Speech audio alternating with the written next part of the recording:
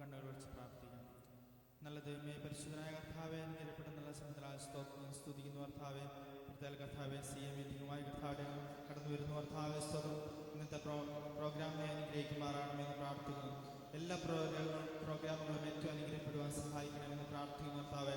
ഏറ്റെടുത്തവർ കർത്താവെ നന്നായി ചെയ്യുവാൻ കർത്താവെ കഴിവ് പ്രാപ്തി കൊടുക്കുമാറാകണമേ എന്ന് പ്രാർത്ഥിക്കുന്നു കർത്താവെ. അധ്യക്ഷനെ അദ്ദേഹം അനുഗ്രഹിക്കുമാറാകണമേ എന്ന് പ്രാർത്ഥിക്കുന്നു. ഈ യോഗം നിയന്ത്രിപ്പാൻ കർത്താവെ എൻ്റെ മനെ സഹായിക്കണമേ എന്ന് പ്രാർത്ഥിക്കുന്നു കർത്താവെ. എല്ലാവരെയും സഹായിക്കണമേ എന്ന് പ്രാർത്ഥിക്കുന്നു കർത്താവെ. പ്രോഗ്രാമുകളൊക്കെ കർത്താവെ അടിയങ്ങൾ കർത്താവെ സ്തോത്രം ദൈവ അനുഗ്രഹത്തിന് കാരണമായി തീരുവാൻ ഇടയാക്കുമാറാകണമേ എന്ന് പ്രാർത്ഥിക്കുന്നു കർത്താവെ. ആദ്യോടെ കൃപയ സാന്നിധ്യവും അടിയങ്ങൾ അനുഭവിച്ചറിയാൻ സഹായിക്കണമേ എന്ന് പ്രാർത്ഥിക്കുന്നു. പ്രാർത്ഥന സ്തോത്രം ചെയ്യുന്നു യേശുനാമത്തിൽ തന്നെ. ആമേൻ.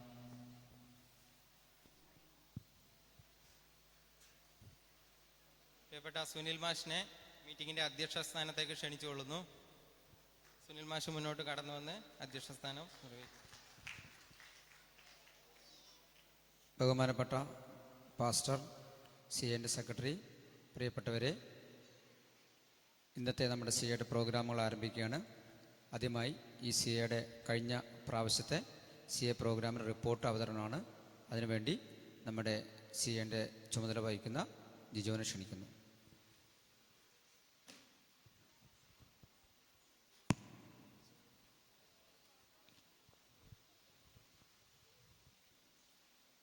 CAയുടെ കഴിഞ്ഞ മാസത്തെ റിപ്പോർട്ടാണ്. 15/6/2025 നടന്ന CA മീറ്റിംഗിൽ അലൻ ലിയോൺ റോജി പ്രാർത്ഥിച്ച് ആരംഭിച്ചു. മീറ്റിംഗിൻ്റെ അധ്യക്ഷനായി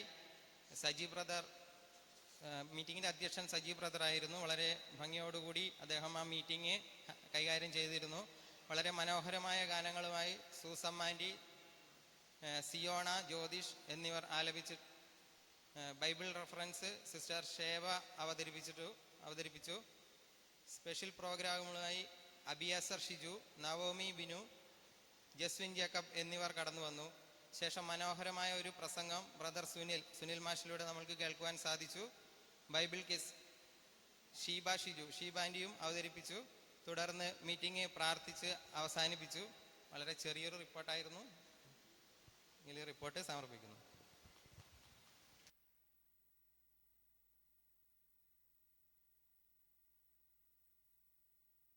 റിപ്പോർട്ട് പാസ്സാക്കാമെങ്കിൽ ഒരാൾക്ക് പാസ്സാക്കാം. ഭേദഗതി ഉണ്ടെങ്കിൽ നിർദ്ദേശിക്കുക. വേഗം വേണം, സമയം കളയാനില്ല. പാസ്സാക്കി അതിനകത്ത് പിന്താങ്ങുക.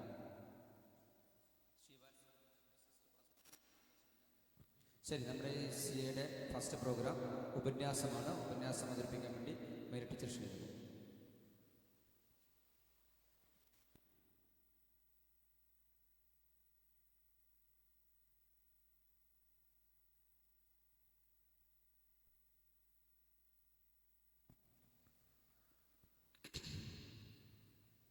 ദൈവതിരുനാമത്തിന് മഹത്വം ഉണ്ടാകട്ടെ. കർത്താവിൻ പ്രിയ അധ്യക്ഷൻ, ശേഷം CA മെമ്പേഴ്സ്, ഇവർക്കെല്ലാവർക്കും വരുന്നവനായ യേശു ക്രിസ്തുവിൻ്റെ നാമത്തിൽ എൻ്റെ സ്നേഹവന്ദനം അറിയിക്കുന്നു.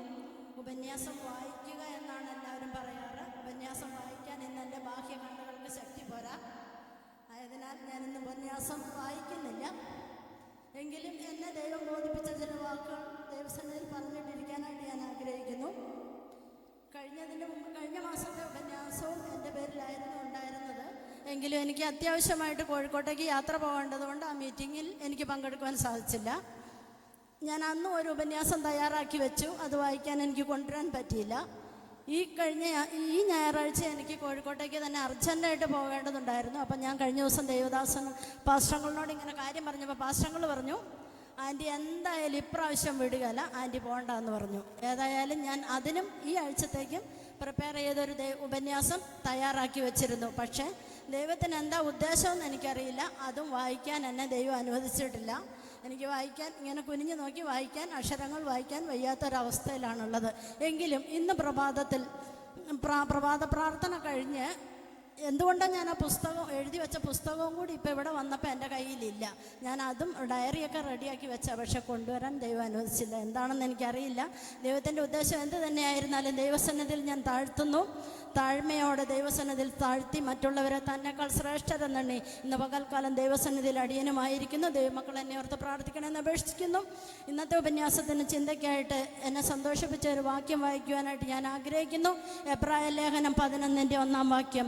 വിശ്വാസം എന്നതോ ആശിക്കുന്നതിൻ്റെ ഉറപ്പും കാണാത്ത കാര്യങ്ങളുടെ നിശ്ചയവുമാവുന്നു. അതിനാലല്ലോ ഈ കാണുന്ന ലോകത്തിന് ദൃശ്യമായതല്ല കാരണമെന്ന് പെരുമാറ് ലോകം ദൈവത്തിൻ്റെ വചനത്താൽ സൃഷ്ടിക്കപ്പെട്ടിരിക്കുന്നു എന്നറിയിക്കുന്നു. ഇത് ദൈവത്തിൻ്റെ വചനത്തിൽ കാണുമ്പോൾ എനിക്കിന്നത്തെ ഉപന്യാസ വിഷയമായിട്ട് എനിക്ക് പറയാനുള്ളത് വിശ്വാസമാണ്. വിശ്വാസത്താലാണ് ഞാൻ ഇന്ന് പകൽക്കാലം ഇവിടെ ആയിരിക്കുന്നത്. കണ്ണിന് ശക്തിയില്ല എങ്കിലും ദൈവം പ്രവർത്തിക്കുമെന്ന ഒരു വിശ്വാസത്താലാണ് ഞാൻ ഇന്നിവിടെ ആയിരിക്കുന്നത്.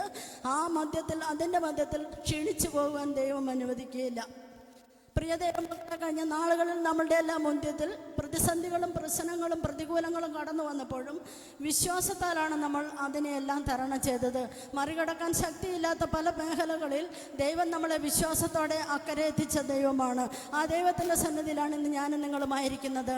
പൂർവ്വപിതാക്കന്മാരെ കുറിച്ച് 11-ാം അധ്യായത്തിൽ വ്യക്തമായിട്ട് എഴുതി രേഖപ്പെടുത്തിയിരിക്കുന്നു. നോഹയെക്കുറിച്ച് പറയുമ്പോൾ ഇതുവരെ കാണാത്തതിനെക്കുറിച്ച് അരുളപ്പാട് ലഭിച്ച നോഹ ഇതുവരെ കണ്ടിട്ടില്ല. മഴയെന്തെന്ന് നോഹയ്ക്ക് അറിയില്ല.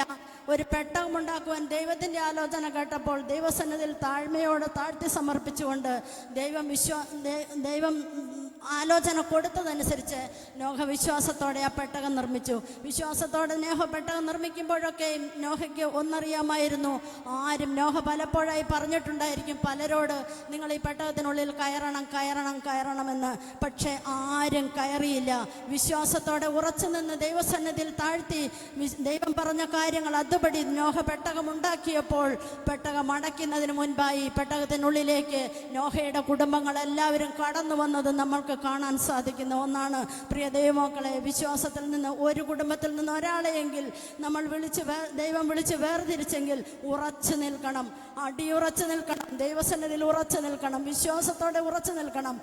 ദൈവം പെട്ടകത്തിൻ്റെ വാതിലടയ്ക്കുന്നതിന് മുൻപ് മോശയ്ക്കൊരു കാഴ്ച കാണുവാൻ കഴിഞ്ഞു. ഈ ലോകത്തിൽ തനിക്ക് കൂട്ടായി തന്ന തൻ്റെ ഭാര്യ, തനിക്ക് കൂട്ടവകാശികളായി തന്ന തൻ്റെ മക്കൾ എല്ലാവരും ആ പെട്ടകത്തിനുള്ളിൽ ദൈവമാക്കി. പ്രിയ ദൈവമക്കളെ, നമ്മൾ കുടുംബത്തിൽ നിന്ന് ഒറ്റയ്ക്ക് വിശ്വാസത്തിലേക്ക് കടന്നു വന്നവരുണ്ട്. ഇവർക്കെല്ലാവർക്കും ഒരു ആലോചനയായിട്ട് ഇന്ന് പകൽക്കാലം ഞാനിത് അറിയിക്കുന്നു. വിശ്വാസത്തോടെ ഉറച്ചു നിൽക്കണം. അതുപോലെ തന്നെ ഹാനോക്ക് വിശ്വാസത്തോടെ ദൈവത്തോട് കൂടെ നടന്നതുകൊണ്ട് ഹാനോക്ക് എടുക്കപ്പെടുവാൻ തക്കവണ്ണമിടയായി. കായീൻ്റെതിലും ഉത്തമമായ യാഗം കഴിക്കുവാൻ തക്കവണ്ണം ഹാബേലിനിടയായി.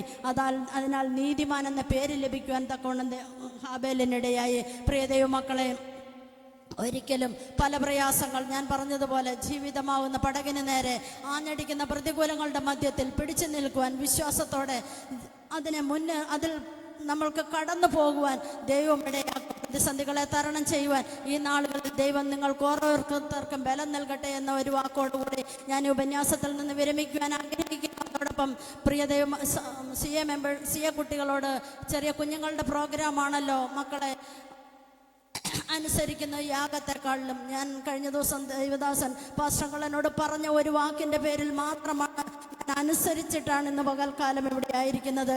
അനുസരിക്കുന്നത് യാഗത്തെക്കാളിലും ശ്രദ്ധിക്കുന്നത് കൂട്ടാടുകളുടെ മേധസ്സിനേക്കാളിലും ഉത്തമമാണ്. അതുകൊണ്ട് താഴ്ന്നിരിക്കുക. പ്രിയ മക്കളെ, നിങ്ങളുടെ മാതാപിതാക്കൾ പലപ്പോഴും നിങ്ങളോട് പല കാര്യങ്ങൾ പറഞ്ഞിട്ടും നിങ്ങൾ പലപ്പോഴും ദൈവസന്നിധിയിൽ പ്രാർത്ഥിക്കുവാനോ, പലപ്പോഴും നമ്മുടെ ഈ സഭയിലെ കുട്ടികൾ ഒത്തിരി മെച്ചപ്പെട്ട കുഞ്ഞുങ്ങളാണ്. പലപ്പോഴും ഇന്ന് ലോകത്തിൽ കാണുന്ന തലമുറകൾ ദൈവസന്നിധിയിൽ അടുത്തു വരുവാനോ, ഒന്നാമത്തെ തലമുറയിൽ അനുഭവമുണ്ടെങ്കിൽ രണ്ടാമത്തെ തലമുറയാകുമ്പോഴേക്കും അതൊരു അഭിനയമായി മാറുന്നുവെന്ന് കഴിഞ്ഞ ദിവസം ദേവദാസൻ പറയുന്നത് ഞാൻ കേൾക്കുവാൻ തക്കവണ്ണമിടയായി. മൂന്നാമത്തെ തലമുറയായപ്പോഴേക്കും അത് അഹങ്കാരമായി, നാലാമത്തെ തലമുറയായപ്പോഴേക്കും അതൊരു അപമാനമായി തീരുന്നു. പക്ഷേ പ്രിയ ദൈവമക്കളെ, കുഞ്ഞുങ്ങളെ ദൈവസന്നിധിയിൽ താണിരിക്കണം. ദൈവം നിങ്ങളോട് കൽപ്പിക്കുന്നത് എന്തോ അത് വിശ്വാസത്തോടെ കടന്നു പോകുമെന്ന് വിശ്വാസത്തോടെ. എനിക്കറിയാം, ഇവിടെ പ്രാർത്ഥിച്ച് വിശ്വാസത്തോടെ ഞാൻ എപ്പോഴും അഭിമാനം കൊള്ളുന്ന ഒരു വിഷയമാണ് അബിയാസറിനെ കുറിച്ച്. അബിയാസർ എക്സാമിൻ്റെ സമയത്ത് അബിയാസറിൻ്റെ ബുദ്ധിയുടെ കൂടുതൽ കൊണ്ടൊന്നും അല്ല സാർ അത്രയും സന്നിധി ഇത്രത്തോളം ഒരു റിസൾട്ട് കൈവശമാക്കുവാൻ സാധിച്ചത് അബി ദൈവസന്നിധിയിൽ വിശ്വസ്തയോടെ കണ്ണുനീരോടെ അബിയിരുന്ന് പ്രാർത്ഥിക്കുന്ന ഞാൻ പലപ്പോഴും കണ്ടിട്ടുണ്ട്. അബിയുടെ പ്രാർത്ഥനയുടെ കൂടുതൽ ഒന്ന് മാത്രമാണ് ആ പൈതലിനെ ഇത്രത്തോളം ദൈവം ഉയർത്തുവാൻ തക്കവണ്ണമിടയാക്കിയത്. അക്സമോളെ ഓർത്തും എനിക്ക് ദൈവസന്നിധിയിൽ ഒത്തിരി സന്തോഷിക്കാനുണ്ട്. അക്സമോളും അതെ നല്ല റിസൾട്ട് കിട്ടിയതിൻ്റെ പിന്നിൽ അക്സമോളുടെ കണ്ണുനീരോടുകൂടി പ്രാർത്ഥനയൊന്ന് മാത്രമായിരുന്നു. ഇന്ന് പകൽക്കാലം പ്രിയ ദൈവമക്കളെ, ദൈവ കുഞ്ഞുങ്ങളെ, ദൈവസന്നിധിയിൽ താണ്ടിരിക്കാം. ദൈവം നിങ്ങളെ ഓരോരുത്തരെയും ബലപ്പെടുത്തട്ടെ. വിശ്വാസത്തോടെ നമുക്ക് ചില പടവുകളെ മുൻപോട്ട് വയ്ക്കാം. നമുക്കായി തന്നിരിക്കുന്ന ഈ ആലയം ദൈവം വിശ്വാസത്തോടെ തന്നത്. വിശ്വാസത്തോടെ ദൈവമക്കളുടെ പ്രാർത്ഥനയുടെ ഒന്നിൻ്റെ ഫലമായിട്ടാണ് ദൈവം നമ്മൾക്ക് ഈ ദേശത്ത് ആലയം തന്നിരിക്കുന്നത്. പ്രിയ ദൈവമക്കളെ, നാളുകളായി നമ്മൾ ദേശത്ത് വാരി വിതേറിയ വചനങ്ങൾ ഈ വരും നാളുകളിൽ 100 മേനി ഫലം കായ്ച്ച് ഈ ആലയം നിറയെ ആത്മാക്കൾ കടന്നു വരുമെന്ന വിശ്വാസത്തോടെ നമുക്ക് ഓരോരുത്തർക്കും ആയിരിക്കാം. അതിനായി ദൈവം ഓരോരുത്തരെയും സഹായിക്കട്ടെ എന്ന് മാത്രം പറഞ്ഞുകൊണ്ട് ഞാൻ ഈ എളിയ ഉപന്യാസത്തിൽ നിന്ന് വിരമിക്കുന്നു. ആമേൻ. നമ്മുടെ ഇന്നത്തെ സിയുടെ തീം വിശ്വാസം എന്നുള്ളതാണ്. വിശ്വാസത്തെക്കുറിച്ച് ചുരുക്കം വാക്കുകളിൽ ഉപന്യാസം അവതരിപ്പിച്ച മീര ടീച്ചർക്ക് എല്ലാവിധമായ അഭിനന്ദനങ്ങൾ അറിയിക്കുന്നു. അടുത്തതായി ശ്രദ്ധിക്കുക എല്ലാവരും, സമയബന്ധിതമായി പ്രോഗ്രാം തീർക്കേണ്ടതുണ്ട്. കൃത്യമായും സമയബന്ധിതമായി തന്നെ പ്രോഗ്രാം അവതരിപ്പിച്ച് അത് തീർക്കണമെന്ന് അഭ്യർത്ഥിക്കുന്നു. അതുകൊണ്ട് എല്ലാവരും വളരെ പെട്ടെന്ന് തന്നെ പ്രോഗ്രാം വരിക. പിന്നെ കുട്ടികൾ ഇറങ്ങി നടക്കുന്നുണ്ടെങ്കിൽ ഇങ്ങോട്ട് വരണ്ട, ഇറങ്ങി നടക്കുന്നവർ അങ്ങോട്ട് പോയാൽ മതി. ഇതൊരു പ്രോഗ്രാമാണ്. ഈ പ്രോഗ്രാമിൽ കുട്ടികൾ ഇറങ്ങി നടക്കാൻ പാടില്ല, രക്ഷിതാക്കൾ ഇറങ്ങി നടക്കാൻ പാടില്ല. നിർബന്ധമായ കാര്യമാണ്. നിങ്ങൾ വിഷമിച്ചിട്ട് കാര്യമില്ല, കാരണം ദൈവികമായ ഒരു കൽപ്പനയാണ് ഈ പ്രോഗ്രാം. അത് ശ്രദ്ധിക്കുക. പാട്ട് പാടാൻ വേണ്ടി ഏഞ്ചലിനെ ക്ഷണിക്കുന്നു.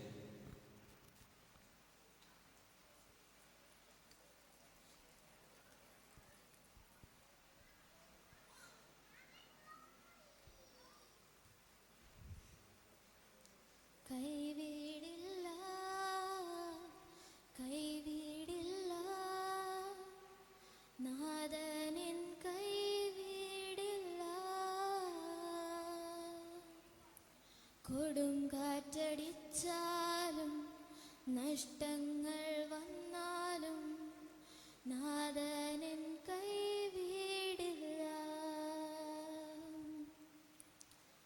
കൈവിടില്ല, കൈവിടില്ല, നാഥനൻ കൈവിടില്ല.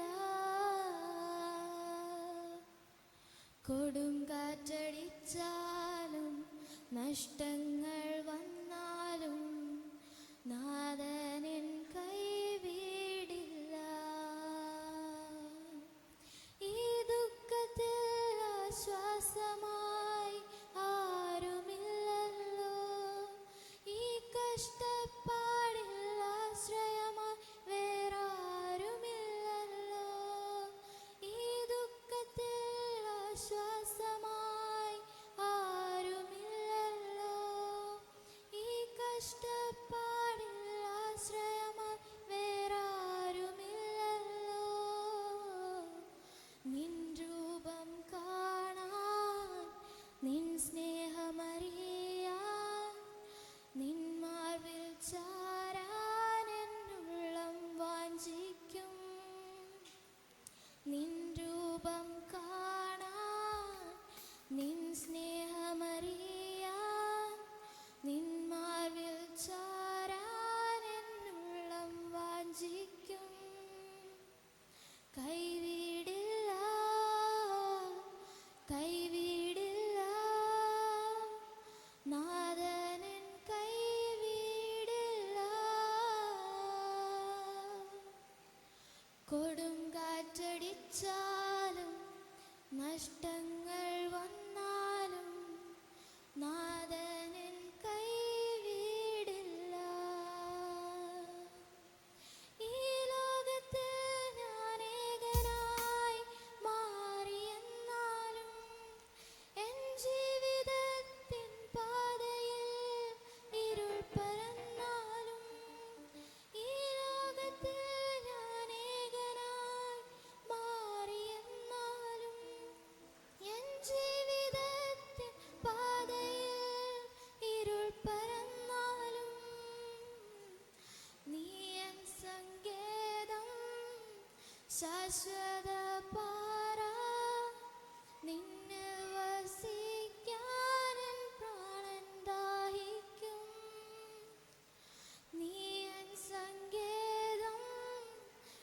ശാശ്വത പാറ നിന്നിൽ വസിക്കാനൻ പ്രാണൻ ദാഹിക്കും. കൈവിടില്ല കൈവിടില്ല നാഥനൻ കൈവിടില്ല. കൊടുങ്കാറ്റടിച്ചാലും നഷ്ടങ്ങൾ വന്നാലും നാഥനൻ കൈവിടില്ല.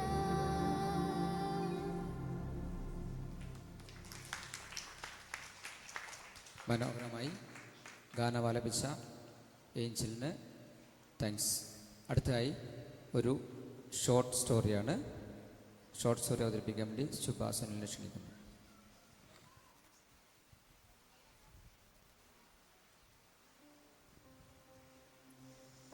കർത്താവിൻ്റെ ധന്യമായ നാമം വാഴ്ത്തപ്പെടുമാറാകട്ടെ. ഞാനിന്ന് ദൈവിക കരുതലിനെ കുറിച്ചുള്ള ഒരു ചെറിയ കഥയാണ് പറയാൻ പോകുന്നത്. എൻ്റെ കഥയുടെ പേര് ദൈവം തന്ന കുപ്പായം. ഒരു തണുത്ത പ്രഭാതത്തിൽ തോണി തൊഴിഞ്ഞുകൊണ്ടിരിക്കുന്ന ഒരു ബാലനെ നമ്മൾ കാണുന്നു. അവൻ്റെ പേര് മാർട്ടിൻ എന്നാണ്.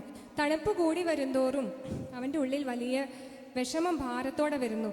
കാരണം അവനൊരു നല്ല കമ്പിളിക്കുപ്പായം ഇല്ല. അച്ഛൻ മരിച്ചു കഴിഞ്ഞതിന് ശേഷം വീടിൻ്റെ ഉത്തരവാദിത്തം, അതുപോലെ രോഗിയായി കിടക്കുന്ന അമ്മയെ നോക്കുന്ന ചുമതല എല്ലാം 14 വയസ്സുള്ള മാർട്ടിൻ എന്ന് പറഞ്ഞ ഈ ബാലൻ്റെ മേലാണുള്ളത്.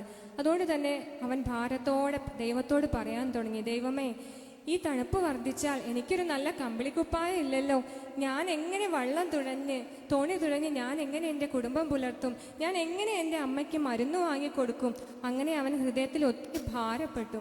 അവൻ വീട്ടിലേക്ക് കടന്നു ചെന്ന് തൻ്റെ അമ്മയോട് പറയാനിടയായിത്തീർന്നു. അന്നേരം അമ്മ അവനോട് പറഞ്ഞു, മോനെ, നീ വിഷമിക്കേണ്ട, നമ്മുടെ ദൈവം നിനക്കായി കരുതും. നീ ദൈവത്തോട് പ്രാർത്ഥിക്ക്. ദൈവം നിനക്ക് വേണ്ടി തക്ക സമയത്ത് കരുതുന്ന ദൈവമാണ്. നമ്മുടെ ജീവിതത്തിൽ നമ്മളത് ഒത്തിരി കണ്ടിട്ടുണ്ടല്ലോ എന്ന് പറഞ്ഞു. ഈ മകൻ അത് വിശ്വാസത്തോടെ ഏറ്റെടുത്തു.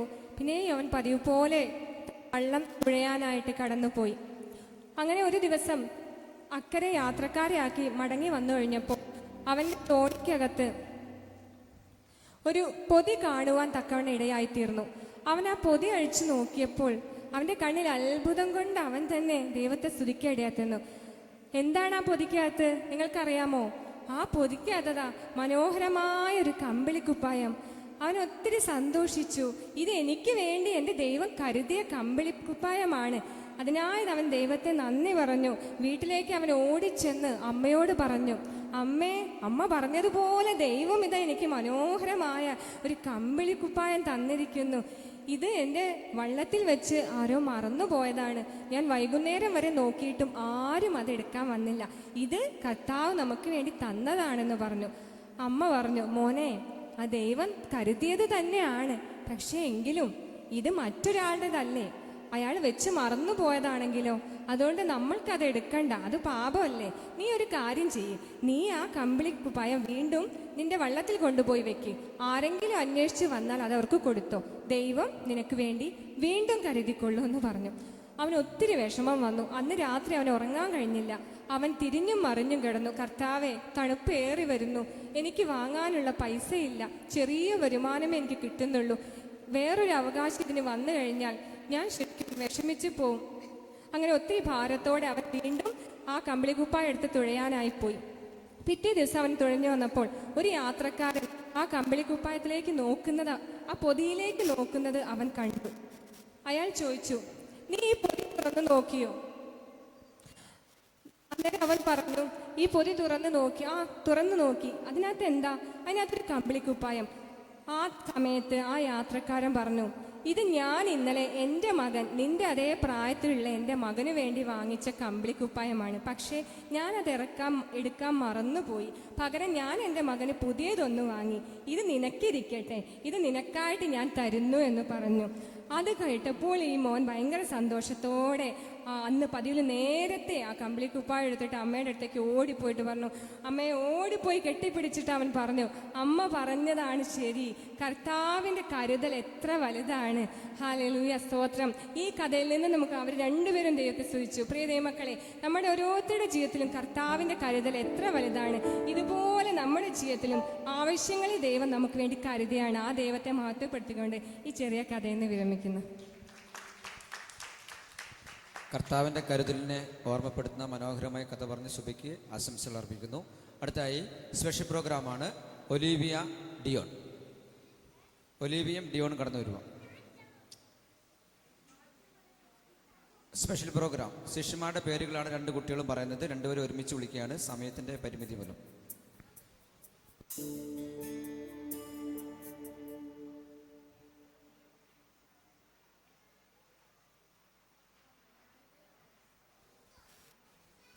യേശുവിന്റെ ശിഷ്യന്മാരുടെ പേര് പത്രോസ്, അന്ത്രയോസ്, യാക്കോബ്, യോഹന്നാൻ, ഫിലിപ്പോസ്, ബർത്തലോമായി, മത്തായി, തോമസ്, അൽഫയുടെ മകനായ യാക്കോബ്, ശീമോൻ, തദ്ദയൂദ.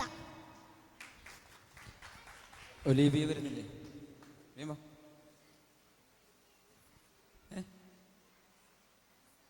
ഡാൻസാ പഠിച്ചില്ലേ? അടുത്ത ശരി. അടുത്തതായി പ്രസംഗം അവതരിപ്പിക്കാൻ വേണ്ടി ജെയിൻ സിസ്റ്റർ ക്ഷണിക്കുന്നു.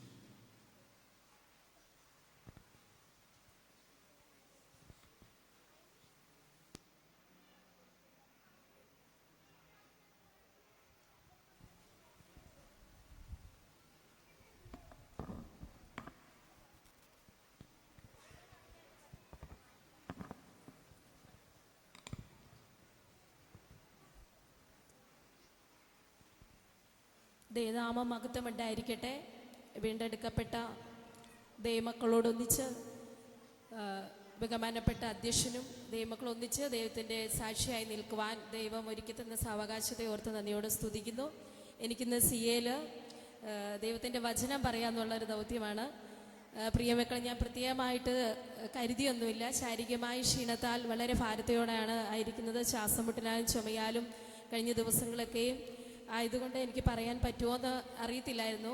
എങ്കിലും ദൈവം എൻ്റെ ഹൃദയത്തിൽ തന്ന ഒരു ചിന്ത പ്രിയ ദൈവമക്കളോട് പങ്കുവെക്കാനായിട്ട് ഞാൻ ആഗ്രഹിക്കുന്നു.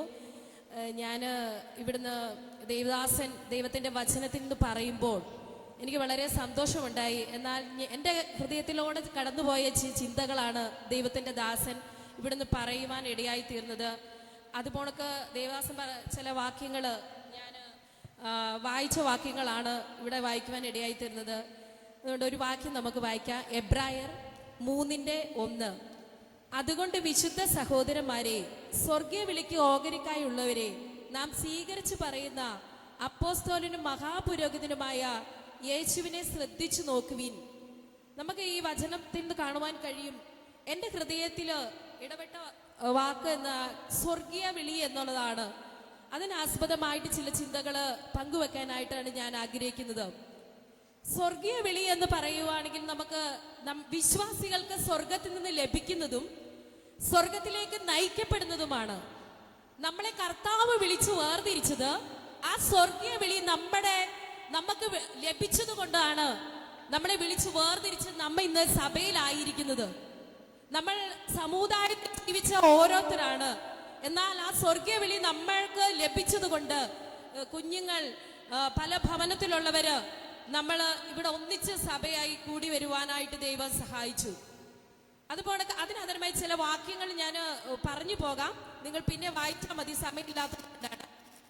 റോമർ 8:30 നമുക്ക് അങ്ങനെ കാണുവാനായിട്ട് കഴിയും. അതുപോലെ തന്നെ ഗലാത്യർ 1:6, ഗലാത്യർ 5:13, 2 തെസ്സലോനിക്കർ 2:14 ഇവിടെയൊക്കെ നമുക്ക് കാണുവാൻ കഴിയും കർത്താവ് എന്തിനാണ് നമ്മളെ വിളിച്ചത്.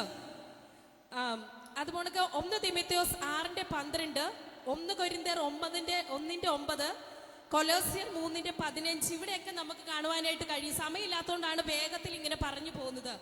നമുക്ക് എല്ലാവർക്കും സുപരിചിതമായ ഒരു വാക്യമാണ് 1 പത്രോസ് 2:9. ആരെങ്കിലും എടുത്ത് വായിക്കാൻ സഹായിക്കുമെങ്കിൽ നല്ലതായിരിക്കും.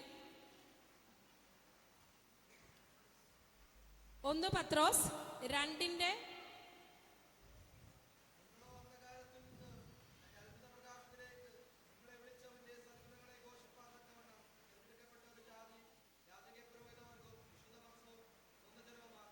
നമ്മൾ എന്തിനാണ് വിളിച്ചു വേർതിരിച്ചത് എന്ന് നമുക്ക് ഈ വചനത്തിലൂടെ കാണുവാനായിട്ട് കഴിയും. നിങ്ങളോ അന്ധകാരത്തിൽ നിന്ന് തന്റെ അത്ഭുത പ്രകാശത്തിലേക്ക് നിങ്ങളെ വിളിച്ചവന്റെ സൽഗുണങ്ങളെ ഘോഷിപ്പാൻ തെരഞ്ഞെടുക്കപ്പെട്ട ഒരു ജാതിയും രാജകീയ പുരോഹിത വർഗവും വിശുദ്ധ വംശവും സ്വന്തം ജനവുമാകുന്നു. അന്ധകാരത്തിൽ കിടന്ന നമ്മളാണ്. എന്ന് വെച്ചാൽ അന്ധകാരത്തിൽ എന്ന് പറയുന്നത് നമ്മള് പാപസ്വഭാവത്തില് ദൈവത്തിന് ഇഷ്ടമില്ലാത്ത കാര്യങ്ങൾ ചെയ്ത് നമ്മൾ ജീവിച്ചവരാണ്. എന്നാൽ നമ്മളെ വിളിച്ച് വേർതിരിച്ചിരിക്കുന്നത് മറ്റുള്ളവർക്ക് പ്രകാശമായി തീരുവാനാണ്.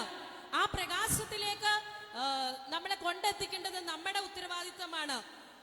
എന്നാൽ പലപ്പോഴും നമുക്ക് അതൊന്നും കഴിയുന്നില്ല. പ്രിയ കുഞ്ഞുങ്ങളോട് എനിക്ക് പറയാനുള്ളത്, നമ്മുടെ സിയയുടെ പ്രോഗ്രാമിൽ നമുക്ക് ചില ഉത്തരവാദിത്തങ്ങളുണ്ട്.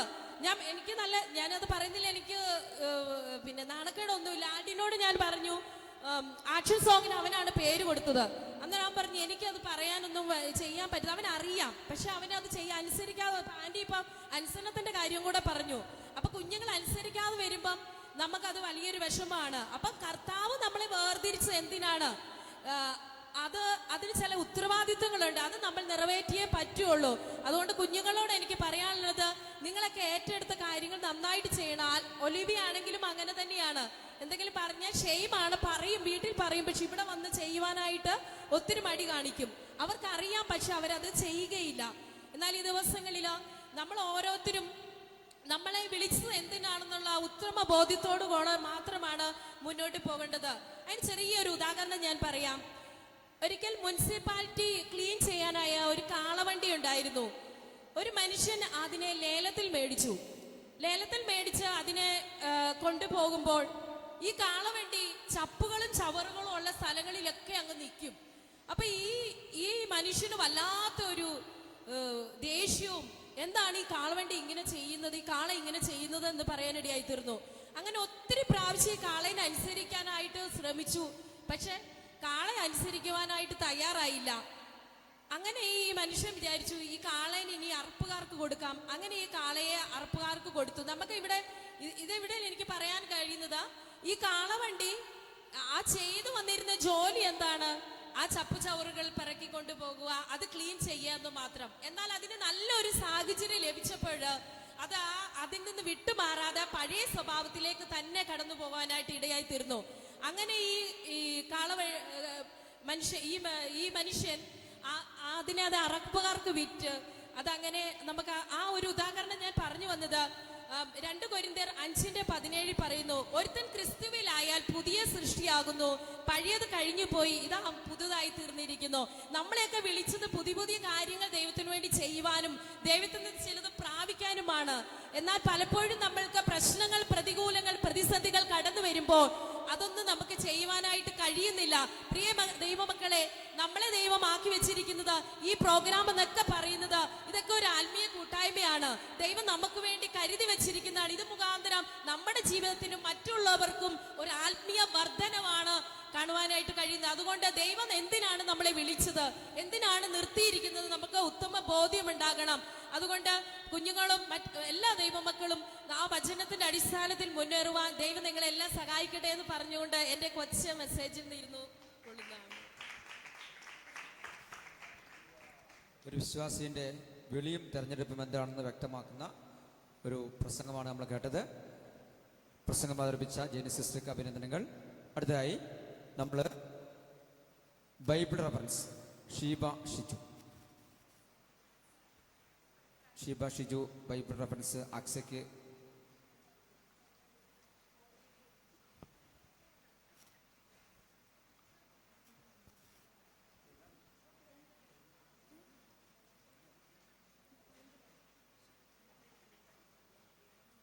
ദൈവനാമത്തിന് മഹത്വം ഉണ്ടാകട്ടെ. ബൈബിൾ റെഫറൻസ് മമ്മിയാണ് ശരിക്കും ചെയ്യേണ്ടത്, മമ്മി ചെയ്യുന്നില്ല എന്ന് പറഞ്ഞു. ബൈബിൾ റെഫറൻസിൻ്റെ റൂൾസ് ആൻഡ് റെഗുലേഷൻസ് എല്ലാവർക്കും അറിയാമായിരിക്കും തോന്നുന്നു. ഫോണിൽ ആരും യൂസ് ചെയ്യേണ്ട, ബൈബിൾ മാത്രം എല്ലാവരും യൂസ് ചെയ്താൽ മതി. റെഫറൻസ് പറയുമ്പം ആദ്യം പറയണം, ആദ്യം ചാടിക്കയറി വായിക്കണം. കൈ പൊക്കണം എന്ന് പറഞ്ഞു. കൈ പൊക്കണ്ട, വായിച്ചാൽ മതി. ഉറക്കെ വായിക്കണം.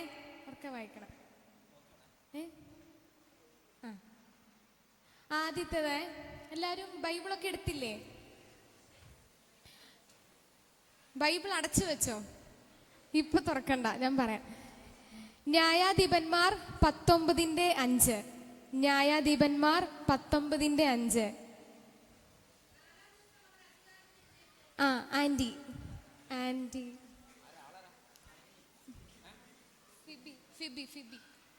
ഫിബി. അടുത്തത് പറയട്ടെ. യെഹെസ്കേൽ 33:7. യെഹെസ്കേൽ 33:7. യെഹെസ്കേൽ 33:7. സിയോണ.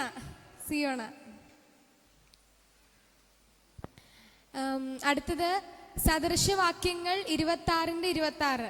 സദൃശവാക്യങ്ങൾ 26. അതെ ഫിബി ചേച്ചി. ഗേൾസ് മാത്രമേ മാർക്ക് മേടിക്കുന്നുള്ളൂ, ഇവിടെ മാർക്കൊന്നും ഇല്ല. എല്ലാവരും വേഗം എടുക്കും. അടുത്തത് സംഖ്യ 2:9. സംഖ്യ പുസ്തകം 2:9. അതെ സിയോണ. യോന 2:4. യോന 2:4.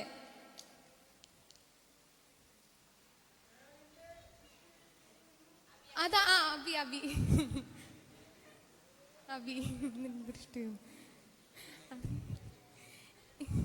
യാക്കോബ് 1:12. യാക്കോബ് 1:12. ജീന.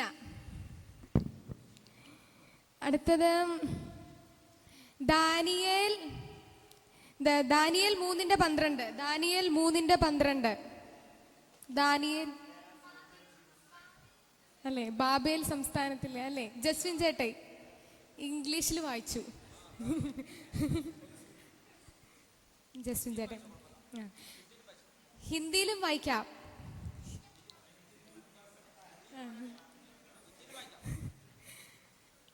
അടുത്തത് 2 ദിനവൃത്താന്തം 30:8.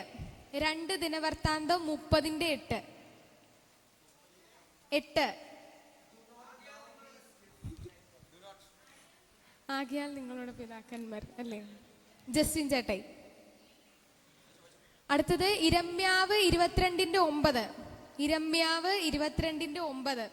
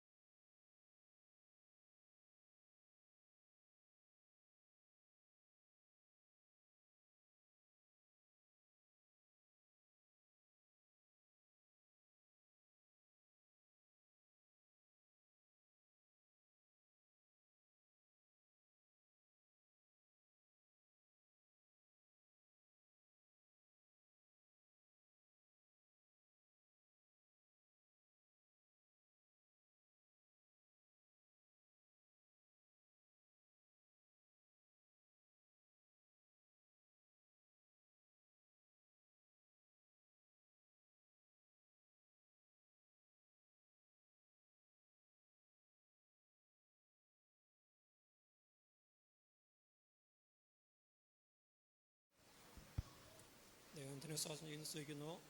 ദൈവമക്കളോട് ഒരുമിച്ച് ആരാധനയിൽ സംബന്ധിപ്പാൻ അതിനുശേഷം സിയ മീറ്റിങ്ങിലൊക്കെയും പങ്കെടുക്കുവാനും എൻ്റെ ജീവിതത്തിലും ദൈവം തരുന്ന നല്ല സമയങ്ങൾക്കായി സ്തോത്രം ചെയ്യുന്നു.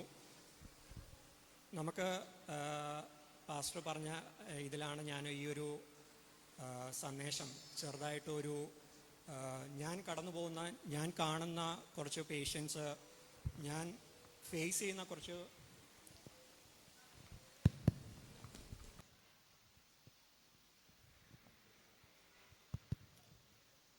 നമ്മുടെ ഇടയിൽ നടക്കുന്ന ഈ ലോകത്തിപ്പോൾ കൂടുതൽ പ്രസക്തമായിക്കൊണ്ടിരിക്കുന്ന ഒരു വിഷയമാണ് നമ്മളുടെ മാനസിക ആരോഗ്യവും മാനസിക പ്രശ്നങ്ങളും. അപ്പോൾ നമുക്ക് ഈയിടെയായിട്ട് നമ്മൾ ടി വിയിലും ന്യൂസ് ചാനലിലും ഒക്കെ കാണുമ്പോൾ വളരെ ഞെട്ടിക്കുന്നതായിട്ടുള്ള ന്യൂസുകളാണ് പല ദിവസങ്ങളിലും നമ്മൾ കണ്ടുകൊണ്ട് ഉണരുന്നത്. അതിൽ ഭൂരിഭാഗവും അതിൻ്റെ തുടക്കം എവിടുന്ന് ചോദിച്ചു കഴിഞ്ഞാൽ പലതിൻ്റെ തുടക്കം എന്താണ്? മാനസികമായിട്ടുള്ള ബുദ്ധിമുട്ടുകളിൽ നിന്നാണ് അത് തുടങ്ങുന്നതും അതിൻ്റെ അന്ത്യം വരുന്നതും മിക്കവാറും ഒരു ആത്മഹത്യ അല്ലെങ്കിൽ ഒരു വ്യക്തിയെ കൊല്ലുന്ന രീതിയിലേക്ക് സന്ദർഭങ്ങൾ പോകുന്ന രീതിയിലാണ് നമ്മൾ കാണുന്നത്. അപ്പോൾ നമ്മൾ ചിന്തിക്കുമ്പോൾ എന്തുകൊണ്ട് ലോകം ഈ രീതിയിലേക്ക് മാറ്റപ്പെട്ടുകൊണ്ടിരിക്കുന്നു? ഈ ലോകത്ത് എന്താണ് സംഭവിക്കുന്നത്? അപ്പോൾ നമ്മൾ ലോകത്തിൽ മാത്രം ചിന്തിക്കുമ്പോൾ ശരിക്കും ലോകത്തിൽ മാത്രമാണോ ഈ പ്രശ്നങ്ങളുള്ളത്? നമ്മുടെ ജീവിതത്തിലും ഇതിൻ്റേതായിട്ടുള്ള ചെറിയ രീതിയിലെങ്കിലും പ്രശ്നങ്ങൾ കാണുന്നുണ്ടോ? നമ്മളത് ഫേസ് ചെയ്യുന്നുണ്ടോ? ഞാൻ മിക്കവാറും ഒ പിയിലൊക്കെ ഇരിക്കുമ്പോൾ ഞാൻ ശ്രദ്ധിക്കാറുണ്ട്, നമ്മളുടെ ഒ പികളിൽ ഇതുമായിട്ട് ബന്ധപ്പെട്ട, അതായത് മാനസിക പ്രശ്നങ്ങളായിട്ട് പെന്തിക്കോസ് കുടുംബങ്ങളിലുള്ളവർ എന്നെ കാണാൻ ആരെങ്കിലും വരുന്നു എന്ന് ഞാൻ ശ്രദ്ധിക്കാറുണ്ട്. അതിൽ എനിക്ക് നോക്കാനൊക്കെ ഒരു കാര്യം വെച്ചാൽ ഓർണമെൻറ്റ്സ് ഇട്ടിട്ടുണ്ടോ ആ രീതിയിൽ മാത്രമേ നോക്കാനൊക്കെ ഉള്ളൂ. പക്ഷേ ഞാൻ കണ്ട രീതിയിൽ സത്യം പറഞ്ഞാൽ നമ്മളുടെ അടുത്ത് വരുന്ന ഈ പെന്തിക്കോസിലുള്ള ആൾക്കാർ സത്യം പറഞ്ഞാൽ കുറവാണ്. അപ്പം അതിന് മേ ബി 2 റീസൺസ് ഉണ്ടാകും. മേ ബി പെന്തിക്കോസിൽ ആൾക്കാർക്ക് മാനസികമായിട്ടുള്ള ബുദ്ധിമുട്ടുകൾ കുറവായിരിക്കാം, അല്ലെങ്കിൽ അവർ ഈ ബുദ്ധിമുട്ടുകളായിട്ട് നമ്മളെ അടുത്തേക്ക് വരാൻ ഭയപ്പെടുന്നു, ജനത്തെ ഭയപ്പെടുന്നു, അല്ലെങ്കിൽ അവരുടെ വിശ്വാസം മറ്റാൾക്കാർ അവരെ പറ്റി എന്ത് ചിന്തിക്കും എന്ന രീതിയിൽ അവർ പല രീതിയിൽ ചിന്തിക്കുന്നു എന്നുള്ളൊരു തോന്നലാണ് എനിക്കുണ്ടാകാറുള്ളത്. അപ്പോൾ നമ്മളിപ്പോൾ ലോകത്തിലേക്ക് നോക്കുമ്പോൾ നമ്മൾ കോമൺ ആയിട്ട് കാണുന്ന കുറച്ച് പ്രശ്നങ്ങളെപ്പറ്റി ഞാൻ പറയാം. മാനസികമായിട്ട് കോമൺ ആയിട്ട് ഇപ്പോൾ വരുന്ന ഒരു പ്രശ്നം വെച്ചാൽ ജോലി സ്ഥലത്തെ ഭാരം, ജോലികളിൽ വരുന്ന ഭാരങ്ങൾ. അപ്പോൾ ഈയിടയ്ക്ക് നമ്മൾ കണ്ടൊരു ആത്മഹത്യ എന്ന് പറയുന്നത് ഒരു IT ജോലിയിൽ ജോലി ഭാരം വളരെ കൂടുതലായിരുന്നു. രാത്രി സമയങ്ങൾ പോലും ഉറങ്ങാൻ തന്നെ സമയമില്ലാത്ത കുറച്ച് ദിനങ്ങൾ കടന്നു പോകുമ്പോൾ ആ വ്യക്തി വളരെ മാനസികമായിട്ടുള്ള പിരിമുറുക്കത്തിലേക്ക് കയറ്റപ്പെടുകയാണ്. അപ്പം അതിൻ്റെ അന്ത്യത്തിലേക്ക് വരുമ്പോഴത്തേന് ആളുടെ ജീവിതം അവിടെ അവസാനിപ്പിക്കുന്ന നിലയിലേക്കാണ് നമ്മൾ കാണുന്നത്. അതേപോലെയുള്ള പ്രശ്നങ്ങളാണ് ഭാര്യ ഭർത്ത് പ്രശ്നങ്ങൾ. അതിൻ്റെ അകത്ത് ഭാര്യയും ഭർത്തവും തമ്മിൽ അഡ്ജസ്റ്റ് ചെയ്യാനുള്ള ബുദ്ധിമുട്ടുകൾ, അല്ലെങ്കിൽ അവരുടെ ഇടയ്ക്ക് വരുന്ന വേറെ ബന്ധങ്ങൾ, ഇത് കാരണം ഉണ്ടാകുന്ന ബുദ്ധിമുട്ടുകൾ കാരണം അവരുടെ ഇടയിൽ വലിയ വലിയ പ്രശ്നങ്ങൾ തുടങ്ങും. ചെറിയ രീതിയിൽ തുടങ്ങും, അത് സംസാരത്തിലെത്തും, വലിയ വലിയ കലഹത്തിലേക്ക് എത്തും. പിന്നീട് വരുന്നതാണ് പല രീതിയിലുള്ള സംശയങ്ങൾ കാരണം പലരും മറ്റ് പാർട്ട്ണറെ സംശയിച്ചുകൊണ്ട് അവരെ പല രീതിയിൽ അലീഗ് ചെയ്തുകൊണ്ട് അവരുടെ ആ കുടുംബജീവിതത്തിൽ പ്രശ്നങ്ങൾ ഉണ്ടാകുന്ന രീതിയിലാണ് നമ്മൾ ഒ പിയിലും അതേപോലെ തന്നെ നമ്മളെ ഈ ഒരു കാലഘട്ടത്തിൽ കാണുന്ന വളരെ വലിയ പ്രശ്നങ്ങൾ. അപ്പോൾ നമ്മളുടെ അടുത്ത് വരുന്നത് ചെറിയ പ്രശ്നങ്ങളുണ്ട്, അതേപോലെ തന്നെ വലിയ വലിയ പ്രശ്നങ്ങളുണ്ട്. അപ്പം ചെറിയ പ്രശ്നങ്ങൾ എന്ന് പറയുമ്പോൾ നമുക്ക് ചില കാര്യങ്ങളൊക്കെ നമുക്ക് കേൾക്കുമ്പോൾ സങ്കടം തോന്നും. ചിലവരുടെ അവസ്ഥകൾ കാണുമ്പോൾ എന്തുകൊണ്ട് ഇവരിങ്ങനെ പെരുമാറുന്നു, വെറും ചെറിയൊരു പ്രശ്നത്തിൻ്റെ മുകളിൽ മാത്രം ഇവരെന്തുകൊണ്ട് ഇങ്ങനെ, അവർക്ക് അതിൽ നിൽക്കാൻ എന്തുകൊണ്ട് പറ്റുന്നില്ല, അവരെന്തുകൊണ്ട് ഇത്ര പെട്ടെന്ന് ഒരു ചെറിയ പ്രശ്നത്തിൽ തന്നെ വേവർ ചെയ്തു പോകുന്നു. പക്ഷേ ചിലവരുടെ ജീവിതം നോക്കിക്കഴിഞ്ഞാൽ വലിയ പ്രശ്നങ്ങൾ വന്നാൽ പോലും എന്താണ്, അവർക്കൊരു കുലുക്കം ഉണ്ടാകത്തില്ല, അവർ പിടിച്ചു നിൽക്കും. അപ്പോൾ ഇതിൻ്റെ അകത്ത് ഉള്ളൊരു വ്യത്യാസം വെച്ചാൽ ചിലവർക്ക് പ്രശ്നങ്ങളെ ഫേസ് ചെയ്യാനും അതിനെ മറികടക്കാനുള്ള കുറച്ച് കഴിവുകൾ കൂടുതലുണ്ട്, ചിലവരുടെ ജീവിതത്തിൽ അത് തീരെ കുറവായിരിക്കും. അപ്പോൾ അതിനെ നമുക്ക് പറയാം ഒരു നമ്മൾ റെസീലിയൻസ്, ഒരു പ്രശ്നത്തിനെ ഫേസ് ചെയ്യാനും അതിനെ ഓവർകം ചെയ്യാനുമുള്ള ഒരാളുടെ കഴിവിനെയാണ് നമ്മൾ റെസീലിയൻസ് എന്ന് പറയുന്നത്. ആ റെസീലിയൻസ് നമ്മുടെ ജീവിതത്തിലും ഉണ്ടെങ്കിൽ എന്തൊക്കെ പ്രയാസങ്ങൾ വന്നു കഴിഞ്ഞാലും എന്തൊക്കെ ബുദ്ധിമുട്ടുകൾ വന്നു കഴിഞ്ഞാലും അതിനെ ഫേസ് ചെയ്യാനും ഓവർകം ചെയ്യാനുമുള്ള ദൈവിക കൃപ ദൈവം നമ്മുടെ ജീവിതത്തിലും പകരും. അപ്പോൾ നമുക്ക് ഓരോരുത്തർക്കും ഇവിടെ ഇരിക്കുന്ന ഓരോരുത്തർക്കും പറയാനുള്ളൊരു സന്ദേശം എന്ന് വെച്ചാൽ, നമ്മൾ ഇവിടെ ഇരിക്കുന്നുണ്ട് ഇത്ര സമാധാനത്തോടെ സന്തോഷത്തോടെ ഇവിടെ ഇരുന്ന് ദൈവത്തെ മഹത്വപ്പെടുത്താൻ നമുക്ക് സാധിക്കുന്നുണ്ടെങ്കിൽ അതിൻ്റെ അർത്ഥം നമ്മുടെ ജീവിതം ദൈവത്താൽ ധന്യമാക്കപ്പെട്ടിരിക്കുന്നു. നമ്മുടെ ജീവിതത്തിൽ വലിയ വലിയ പ്രശ്നങ്ങളിൽ കൂടി ആയിരിക്കും നമ്മൾ കടന്നു വന്നത്, പക്ഷേ നമ്മൾ അതിനെയൊക്കെ ഓവർകം ചെയ്തു, നമ്മളതിനെ ഫേസ് ചെയ്തു, നമ്മൾക്കതിനെ ഓവർകം ചെയ്യാനുള്ള ശക്തി ദൈവം നമ്മുടെ ജീവിതത്തിൽ തന്നു. ആ ഒരു സന്ദേശം എനിക്കും പറയാനുണ്ട്, അതേപോലെ ഇവിടെ ഇരിക്കുന്ന ഓരോരുത്തർക്കും പറയാനുണ്ട്. ആ കാര്യങ്ങൾ പറയുമ്പോഴാണ് ഞാൻ പണ്ട് ഫേസ് ചെയ്ത പല വിഷയങ്ങളുണ്ട്. ആ സമയത്തൊക്കെയും നമ്മുടെ ജീവിതം ചില സമയത്തൊരു വ്യത്യസ്തങ്ങളായിട്ടുള്ള ഫേസസിൽ കൂടെ കടന്നു പോകും. ചില സമയത്ത് നമുക്ക് സന്തോഷമൊക്കെ നല്ല രീതിയിലുണ്ടാവും. പക്ഷേ ആത്മീകമായിരിക്കുമ്പോൾ തന്നെ നമ്മൾ ചില സമയത്ത് ഒരു ഡിപ്പിലേക്ക് പോകും. നമുക്കൊരു ഡിപ്രഷൻ്റെ ഒരു ചെറിയ രീതിയിലുള്ള ബുദ്ധിമുട്ടുകളൊക്കെ നമ്മുടെ ജീവിതത്തിൽ വരും. പക്ഷേ ആ സമയത്തൊക്കെ നമ്മൾ ദൈവത്തിൽ നമ്മളുടെ ഹൃദയത്തെ പകർന്നു കഴിഞ്ഞാൽ, നമ്മുടെ ഹൃദയം ദൈവത്തോടെ ഏകാഗ്രതപ്പെടുത്തി കഴിഞ്ഞാൽ നമ്മുടെ ജീവിതത്തിൽ ദൈവം വലിയ മാറ്റങ്ങൾ തരും. അതാണ് നമ്മുടെ ജീവിതത്തിൽ നമ്മൾ അനുഭവിച്ചുകൊണ്ടിരിക്കുന്ന ഓരോ കാര്യങ്ങൾ. അപ്പം ദൈവത്തിന് നമ്മളെ നിർത്താനുള്ള കഴിവ് നമ്മളെ കഴിവുകളല്ല. ദൈവത്തിന് നമ്മളുടെ കോൺഫിഡൻസ് ബിൽഡ് ചെയ്യാനും നമ്മളെ നിർത്തുവാനും ദൈവത്തിന് നമ്മളിലൂടെ പ്രവർത്തിക്കാനൊക്കും. അതാണ് നമ്മൾ ദൈവം. സർവശക്തനായിട്ടുള്ള ദൈവമാണ്. എന്തൊക്കെ പ്രശ്നങ്ങൾ നമ്മുടെ ജീവിതത്തിൽ വന്നോട്ടെ, എന്തും വന്നോട്ടെ, എന്നാലും കുഴപ്പമില്ല. ആ ചന്ദ്രക് അഭേന്ദ്രൻ പറഞ്ഞ പോലെ ഈ ദൈവം എന്നെ വിടുവിച്ചാലും ഇല്ലെങ്കിലും ഞാൻ ഈ പ്രതിമയെ നമസ്കരിക്കത്തില്ല എന്നൊരു കാഴ്ചപ്പാട്, അത്രയുള്ള ഒരു കാഴ്ചപ്പാട്, ഒരു ദൃഢത എൻ്റെ ജീവിതത്തിലും വരുത്തുവാൻ ഒക്കുവാണെങ്കിൽ നമ്മളെ ജീവിതത്തിലും ദൈവം വലിയ പ്രവൃത്തികൾ ചെയ്യാൻ പോവുകയാണ്. അപ്പോൾ ഞാൻ ചിന്തിച്ചു വന്നപ്പോൾ എന്തുകൊണ്ടാണ് നമ്മളെ ജീവിതത്തിൽ പല രീതിയിലുള്ള ഈ പ്രശ്നങ്ങൾ, പ്രത്യേകിച്ച് ആത്മീകമായിട്ട് നമ്മൾ പോകുന്ന ആൾക്കാരുടെ ഇടയിലും എന്തുകൊണ്ടാണ് മാനസികമായിട്ടുള്ള സംഘർഷങ്ങൾ എന്തുകൊണ്ടാണ് വരുന്നതെന്ന് ഞാൻ നോക്കുമ്പോൾ പ്രധാനമായിട്ടും 3 കാരണങ്ങളാണ് എനിക്ക് തോന്നിയത്. അതിലൊന്നാമത്തെ കാര്യം വെച്ചാൽ നമ്മളുടെ വിളിയും തെരഞ്ഞെടുപ്പിനെ പറ്റിയുള്ള ഒരു കാഴ്ചപ്പാട് നമ്മളിൽ മങ്ങുമ്പോഴാണ് ശരിക്കും മാനസികമായിട്ട് നമ്മളുടെ ഉള്ളിൽ സംഘർഷങ്ങൾ, അപകർഷബോധങ്ങൾ നമ്മളുടെ ഉള്ളിൽ തുടങ്ങുന്നത്. രണ്ടാമത്തെ കാര്യം വെച്ചാൽ നമ്മുടെ ജീവിതത്തിലെ സംതൃപ്തിക്കുറവ്, നമ്മുടെ ജീവിതത്തിലുള്ള തൃപ്തി നമ്മളിൽ കുറഞ്ഞു വരുമ്പോഴത്തേന് എന്തുണ്ടാവും, നമ്മുടെ ജീവിതത്തിൽ മാനസികമായിട്ടുള്ള സംഘർഷങ്ങൾ തുടങ്ങും. ഒരു താല്പര്യമില്ലായ്മ വരും, ഒരു സങ്കടാവസ്ഥകൾ നമ്മുടെ ജീവിതത്തിൽ വരും. അതേപോലെ തന്നെ മൂന്നാമത്തെ കാര്യമാണ് നമ്മുടെ ജീവിതത്തിൽ റെസീലിയൻസ്, പ്രശ്നങ്ങളെ ഫേസ് ചെയ്യാനുള്ള ആ ഒരു കോൺഫിഡൻസ് നമ്മളിൽ കുറഞ്ഞു വരുമ്പോൾ ആണ് നമുക്ക് വീണ്ടും ഇങ്ങനത്തെ മാനസികമായിട്ടുള്ള സംഘർഷങ്ങൾ വരുന്നത്. അപ്പോൾ ആദ്യത്തെ കാര്യത്തിലേക്ക് വരാം. ഞാൻ ആരാണ് എന്നെ തിരഞ്ഞെടുത്തത്, എന്തിനു വേണ്ടി തിരഞ്ഞെടുത്തിരിക്കുന്നു? ശരിക്കും ഞാൻ ആരാണ്? ഞാനൊരു ദൈവിക പുത്രനാണ്, അല്ലെങ്കിൽ ഒരു ദൈവിക പുത്രിയാണ്. ദൈവം എന്നെ തിരഞ്ഞെടുത്ത് ഇവിടെ ആക്കിയിരിക്കുന്നതിൽ ദൈവത്തിന് വലിയൊരു പദ്ധതിയുണ്ട്. ദൈവത്തിൻ്റെ സ്വരൂപത്തിലും സാദൃശ്യത്തിലുമാണ് നമ്മൾ ഓരോരുത്തരെയും നിർമ്മിച്ചിരിക്കുന്നത്. ആ സാദൃശ്യത്തിൽ ആ ഒരു ദൈവത്തിൻ്റെ അതേ രീതിയിൽ നമ്മളെ മനുഷ്യരെ ഓരോരുത്തരെയും സൃഷ്ടിക്കണമെങ്കിൽ ദൈവത്തിനൊരു ഉദ്ദേശമുണ്ട്. ഇവിടെ ഇരിക്കുന്ന ഓരോരുത്തർക്കും ദൈവത്തിനൊരു ഉദ്ദേശമുണ്ട്. ആ ഉദ്ദേശം നമ്മളുടെ ജീവിതത്തിൽ നമ്മൾ കണ്ടുപിടിക്കുക. ആ ഉദ്ദേശം എൻ്റെ ജീവിതത്തിൽ കണ്ടുപിടിച്ച് അതിനുവേണ്ടി നമ്മൾ പ്രയത്നിക്കുമ്പോൾ എന്താവും, നമ്മളുള്ളിലെ പ്രശ്നങ്ങളെ പറ്റിയൊന്നും നമ്മൾ ബോധറാകത്തില്ല. ഇതൊക്കെ സെക്കൻഡറി ആവും. എൻ്റെ പ്രയോറിറ്റി എന്തായിരിക്കും? എൻ്റെ ആ ഒരു ഉദ്ദേശത്തിന് വേണ്ടി ഞാൻ പ്രവർത്തിക്കാൻ തുടങ്ങുമ്പോൾ മറ്റെല്ലാം എൻ്റെ സെക്കൻഡറി ആയിട്ട് മാറും. അപ്പോൾ ഈ പ്രശ്നങ്ങളൊന്നും എൻ്റെ ജീവിതത്തിലെ ഏശാൻ വഴിയില്ല. അപ്പോൾ യേശു പറഞ്ഞിരിക്കുന്നത് നമ്മളുടെ ജീവിതത്തിലെ അൾട്ടിമേറ്റ് ആയിട്ടുള്ള എയിം എന്താണ്? നമ്മളെക്കൊണ്ട് യേശു എന്താണ് ഉദ്ദേശിക്കുന്നത്? അന്ത്യത്തോളം ദൈവത്തിന് വേണ്ടി തന്നെ നിലകൊള്ളുവാൻ, അതേപോലെ തന്നെ ഭൂമിയുടെ അറ്റത്തോളം ദൈവത്തിന് വേണ്ടി ശുശ്രൂഷിക്കാൻ വേണ്ടിയാണ് നമ്മൾ ഓരോരുത്തരെയും ദൈവം തിരഞ്ഞെടുക്കുക. നമ്മളെ ഈ ലോകത്ത് ജീവിതം കൊണ്ട് മാത്രം നമ്മളുടെ ഈ ഒരു ലൈഫ് തീരില്ല. നമ്മളുടെ മെയിനായിട്ടുള്ളൊരു ലൈഫ് ഇനി ബാക്കി കിടക്കുവാണ്. ദൈവത്തിനോട് കൂടെ ആ ഒരു സ്വർഗനാട്ടിലുള്ള ആ ഒരു വാസമാണ് ശരിക്കും നമ്മളെ മേജറായിട്ടുള്ള ലൈഫ്. അതിനിടയ്ക്ക് ഒരു മൈനർ ഭാഗം മാത്രമാണ് നമ്മൾ ഇവിടെ ചെലവഴിക്കുന്നത്.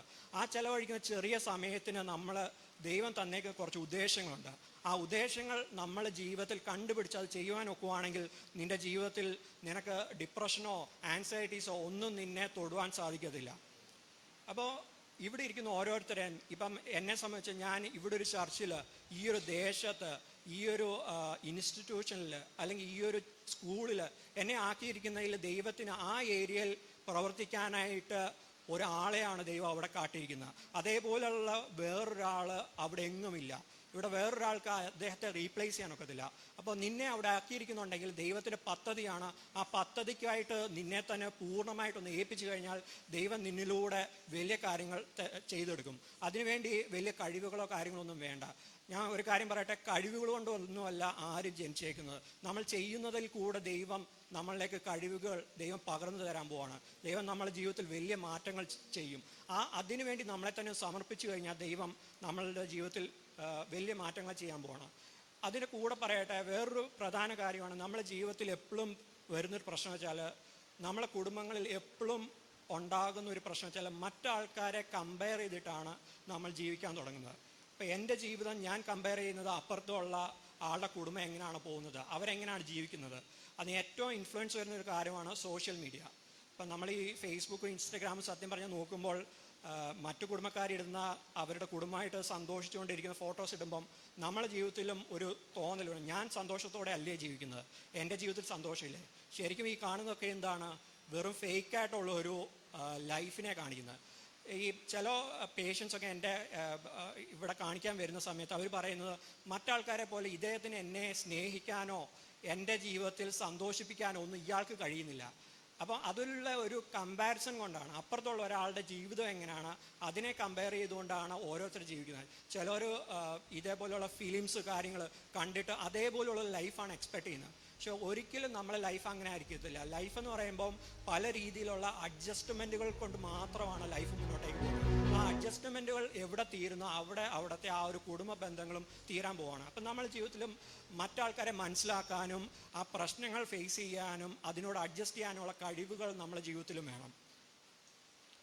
പിന്നീടുള്ള രണ്ടാമത്തെ പ്രശ്നമാണ് നമ്മുടെ ജീവിതത്തിൽ ചില സമയത്ത് തൃപ്തിക്കുറവ് വരിക, നമ്മുടെ ജീവിതത്തിനോടുള്ളൊരു വിരക്തി വരിക. എന്തിനു വേണ്ടി ഞാൻ ജീവിക്കുന്നു, എന്തായിരുന്നു എൻ്റെ പർപ്പസ്, ഞാൻ എന്തിനു വേണ്ടിയാണെന്നുള്ളൊരു തോന്നലുകൾ ചില സമയം നമ്മുടെ ജീവിതത്തിൽ വരാം. ഇതിനെപ്പറ്റി യേശു പറഞ്ഞിട്ടുള്ള ഈ ലോകത്തിലെ വെള്ളം കുടിക്കുന്നതിനെല്ലാം എന്താണ്, വീണ്ടും ദാഹിക്കും. അതുതന്നെയാണ് നമ്മളെ ഈ ലോകത്തിൽ കാണുന്നത്. ഇപ്പം എനിക്ക് തോന്നുന്നത് എല്ലാവർക്കും അറിയാം, സെക്യുലറായിട്ട് നടക്കുന്ന എല്ലാവർക്കും തന്നെ അറിയാം. അതായത് ഈ ലോകത്തിലെ ഒന്നും തന്നെ ഒരാളെയും തൃപ്തിപ്പെടുത്താൻ പോകുന്നില്ല. നമ്മൾ ചിന്തിക്കും, എൻ്റെ ജീവിതത്തിൽ ഒരു കാറ് വന്നു കഴിഞ്ഞാൽ, ഒരു നല്ല വണ്ടി കിട്ടിക്കഴിഞ്ഞാൽ, അല്ലെങ്കിൽ ഒരു നല്ല വീട് കിട്ടിക്കഴിഞ്ഞാൽ എൻ്റെ ജീവിതത്തിൽ സന്തോഷം കിട്ടുമെന്നാണ് നമ്മൾ ചില സമയത്ത് എക്സ്പെക്ട് ചെയ്യുന്നത്. പക്ഷേ നമുക്ക് ഉള്ളിൽ അറിയാം, ഇത് കിട്ടിയാലും എന്താണ്, എൻ്റെ ജീവിതത്തിൽ ഒരിക്കലും തൃപ്തി വരത്തില്ല. അതിനർത്ഥം ഈ ലോകത്തിലെ ഒന്നിനും എന്നെ തൃപ്തിപ്പെടുത്താൻ കഴിയില്ല. അതിനുവേണ്ടി ഞാനിങ്ങനെ പുറകെ ഓടിക്കൊണ്ടിരിക്കുകയാണ്. എനിക്കൊരു കാർ കിട്ടുമ്പോൾ ഇത് പോരാ, അടുത്ത വലിയ കാറ് വേണം. അതിന് പുറകെ നമ്മളിങ്ങനെ ഓടി നമ്മളെ ജീവിതം വെറുതെ ആക്കുവാണ്.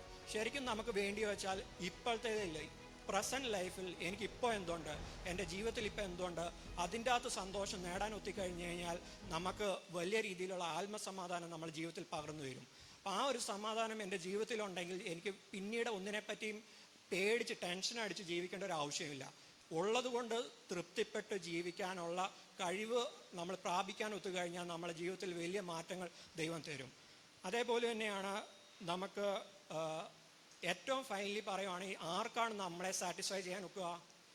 ഈ ലോകത്തിലെ ഒന്നിനും നമ്മളെ സാറ്റിസ്ഫൈ ചെയ്യാൻ ഒക്കത്തില്ല. പക്ഷേ ഒരാൾക്ക് മാത്രമേ നമ്മുടെ ജീവിതത്തിൽ സാറ്റിസ്ഫാക്ഷൻ, അതിന് ആകെ കഴിവുള്ള ഒരാൾ യേശു മാത്രമാണ്. അപ്പം നമ്മുടെ ജീവിതത്തിലേക്ക് യേശു വന്നാൽ മാത്രമേ, അല്ലെങ്കിൽ ആ യേശുവിന് വേണ്ടി നമ്മളെ വാതിലുകളൊന്ന് തുറന്നിട്ട് കഴിഞ്ഞാൽ മാത്രമേ നമ്മളെ ജീവിതത്തിൽ യഥാർത്ഥമായിട്ടുള്ളൊരു സാറ്റിസ്ഫാക്ഷൻ ദൈവം തരികയുള്ളൂ.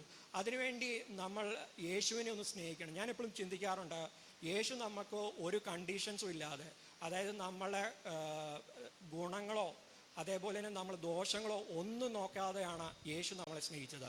അപ്പോൾ ആ യേശുവിൻ്റെ സ്നേഹത്തിൻ്റെ എത്രമാത്രം എനിക്ക് യേശുവിനെ ഒന്ന് തിരിച്ച് സ്നേഹിക്കാനൊക്കും? യഥാർത്ഥമായിട്ട് എനിക്ക് എത്ര ശതമാനം, അതിനൊരു അംശത്തിൻ്റെ അംശമെങ്കിലും തിരിച്ച് യേശുവിനെ ഒന്ന് സ്നേഹിക്കാൻ ഒക്കുന്നുണ്ടോ?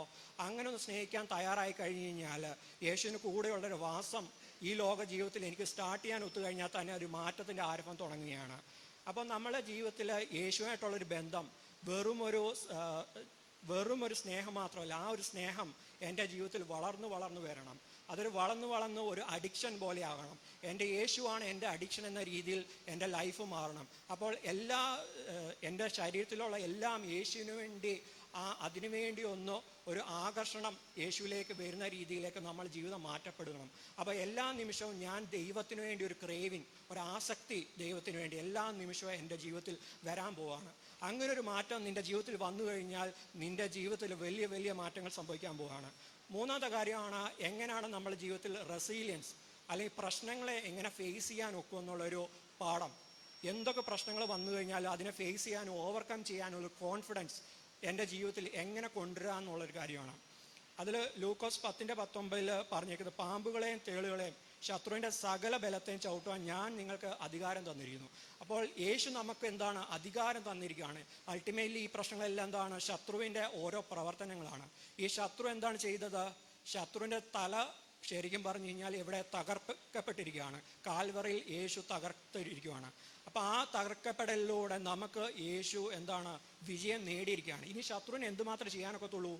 ശത്രുവിന് എന്തായാലും ഇനി ജയിക്കാനൊക്കത്തില്ല. കാരണം ശത്രു തകർന്നിരിക്കുകയാണ്. ശത്രുവിന് ആകെ ചെയ്യാനൊക്കുന്ന എന്നെ ഭയപ്പെടുത്തുവാൻ, എന്നെ ദൂരെ മാറിയിരുന്ന ഫോഷ്ക്ക് പറഞ്ഞ് എന്നെ ഭയപ്പെടുത്തുവാൻ മാത്രമേ കഴിയത്തുള്ളൂ. അതുകൊണ്ടാണ് പല രീതിയിലും ബൈബിൾ പലയിടത്തും ദൈവം പറഞ്ഞേക്കുന്നത്, നീ ഭയപ്പെടാൻ പാടില്ല. നീ ഭയപ്പെട്ട് കഴിഞ്ഞ് കഴിഞ്ഞാൽ ശത്രുവിന് നിൻ്റെ ഉള്ളിലേക്കൊരു പ്രവേശനം കിടത്തുള്ളൂ. ആ ഭയം നിൻ്റെ ഉള്ളിൽ നിന്ന് മാറിക്കഴിഞ്ഞു കഴിഞ്ഞാൽ നീ കോൺഫിഡൻ്റ് ആവും. ഒരു പ്രശ്നവും നിന്നെ തൊടുകയില്ല. ദൈവം നിന്നോട് കൂടെയുണ്ട്. ഒന്നും ഭയപ്പെടണ്ട. എന്തൊക്കെ പ്രശ്നങ്ങൾ വന്നു കഴിഞ്ഞാലും ആ പ്രശ്നത്തിൽ ഇറങ്ങി വന്ന് നിന്നോട് കൂടെ നിൽക്കുന്ന, നിനക്ക് വേണ്ടി ഫൈറ്റ് ചെയ്യുന്ന ഒരു യേശുവാണ് നിന്നോട് കൂടെയുള്ളത്. അപ്പോൾ ഈ 3 കാര്യങ്ങൾ നമ്മൾ ജീവിതത്തിൽ പ്രാവർത്തികമാക്കാൻ നോക്കിക്കഴിഞ്ഞാൽ പല രീതിയിലുള്ള മാനസികമായിട്ടുള്ള പ്രശ്നങ്ങളിൽ നമുക്കൊരു കുറേ കാര്യങ്ങളിൽ വ്യത്യസ്തം ആകാനൊക്കും. അപ്പോൾ ഈ നാളുകളിൽ നമുക്കും ഈ രീതിയിൽ നമ്മുടെ ജീവിതത്തിൽ ഒരു മാറ്റം വരുത്താൻ വേണ്ടി നമുക്കൊന്ന് ശ്രമിച്ചു നോക്കാം. ദൈവം നമ്മളെ ഓരോരുത്തരെയും അനുഗ്രഹിക്കട്ടെ.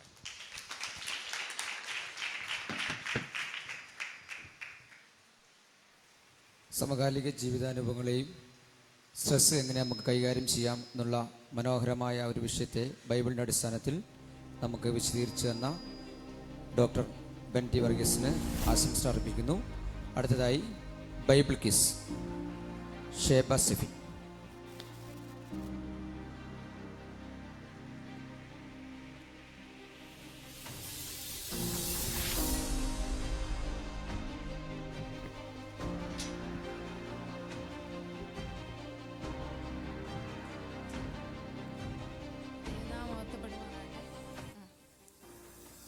ബൈബിൾ കിസ് ഫിലിപ്പിയ ലേഖനം 1 മുതൽ 4 വരെയുള്ള അധ്യായങ്ങളാണ്.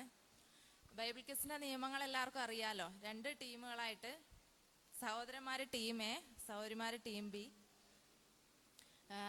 ടീം എ പോയിന്റ് എഴുതണേ, പോയിന്റ് എഴുതണം.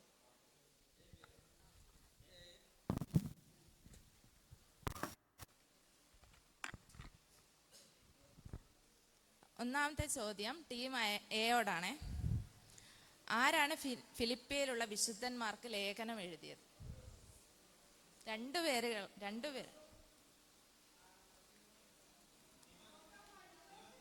ഇവിടെ ഉത്തരം പൗലോസും തിമോത്തിയോസും. ഒരു പോയിന്റ്. രണ്ടാമത്തെ ചോദ്യം ടീം ബിയോടാണ്. കൃപയിൽ എനിക്ക് കൂട്ടാളികളായവർ ആരെന്നാണ് പൗലോസ് പറയുന്നത്? കൃപയിൽ എനിക്ക് കൂട്ടാളികളായവർ ആരെന്നാണ് പൗലോസ് പറയുന്നത്? Team B. കൃപയിൽ എനിക്ക് കൂട്ടാളികളായവർ ആരെന്നാണ് പൗലോസ് പറയുന്നത്?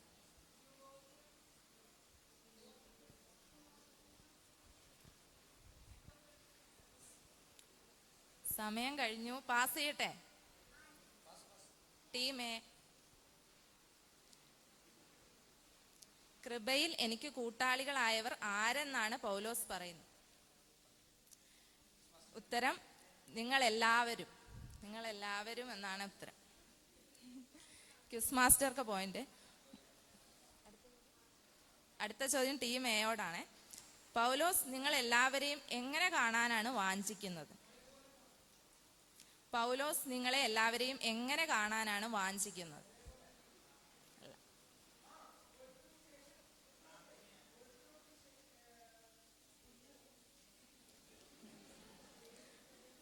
ആരും വായിച്ചില്ലെന്ന് തോന്നുന്നു. ടീമേ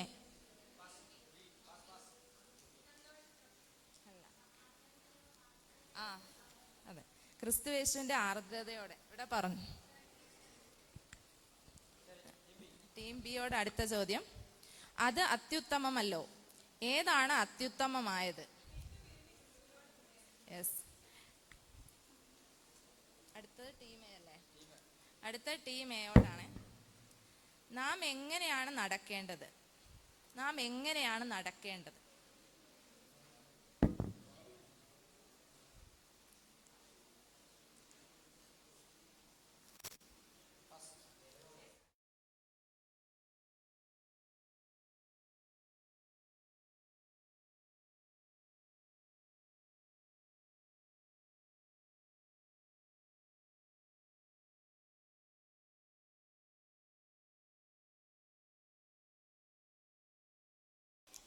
അല്ലല്ല ക്രിസ്തുവിന്റെ സുവിശേഷത്തിന് യോഗ്യമാമണ്ണം. അതാണ് ഉത്തരം. അടുത്ത ചോദ്യം ടീം ബിയോട്. നിങ്ങളുടെ എന്താണ് സകല മനുഷ്യരും അറിയേണ്ടത്? നിങ്ങളുടെ എന്താണ് സകല മനുഷ്യരും അറിയേണ്ടത്? സൗമ്യത. ശരി.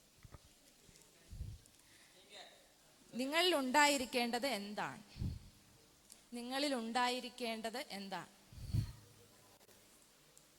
വളരെ സിമ്പിളാ. അടുത്ത് വന്നു, പക്ഷെ സ്വഭാവമല്ല, അടുത്തെത്തി.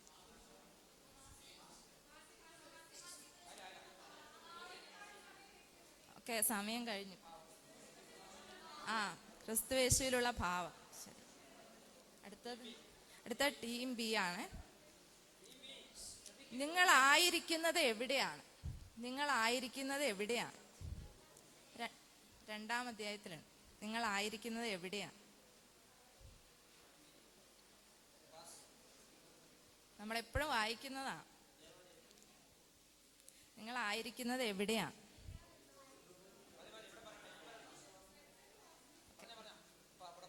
ഓക്കെ, ഉത്തരം പറയാം. വക്രതയും കോട്ടവുമുള്ള തലമുറയുടെ നടുവിൽ. അടുത്ത ചോദ്യം. അങ്ങനെ ഞാൻ ഓടിയതും അധ്വാനിച്ചതും വെറുതെ ആയില്ല എന്ന് എനിക്ക് പ്രശംസ ഉണ്ടാകുന്നത് എന്നാണ്?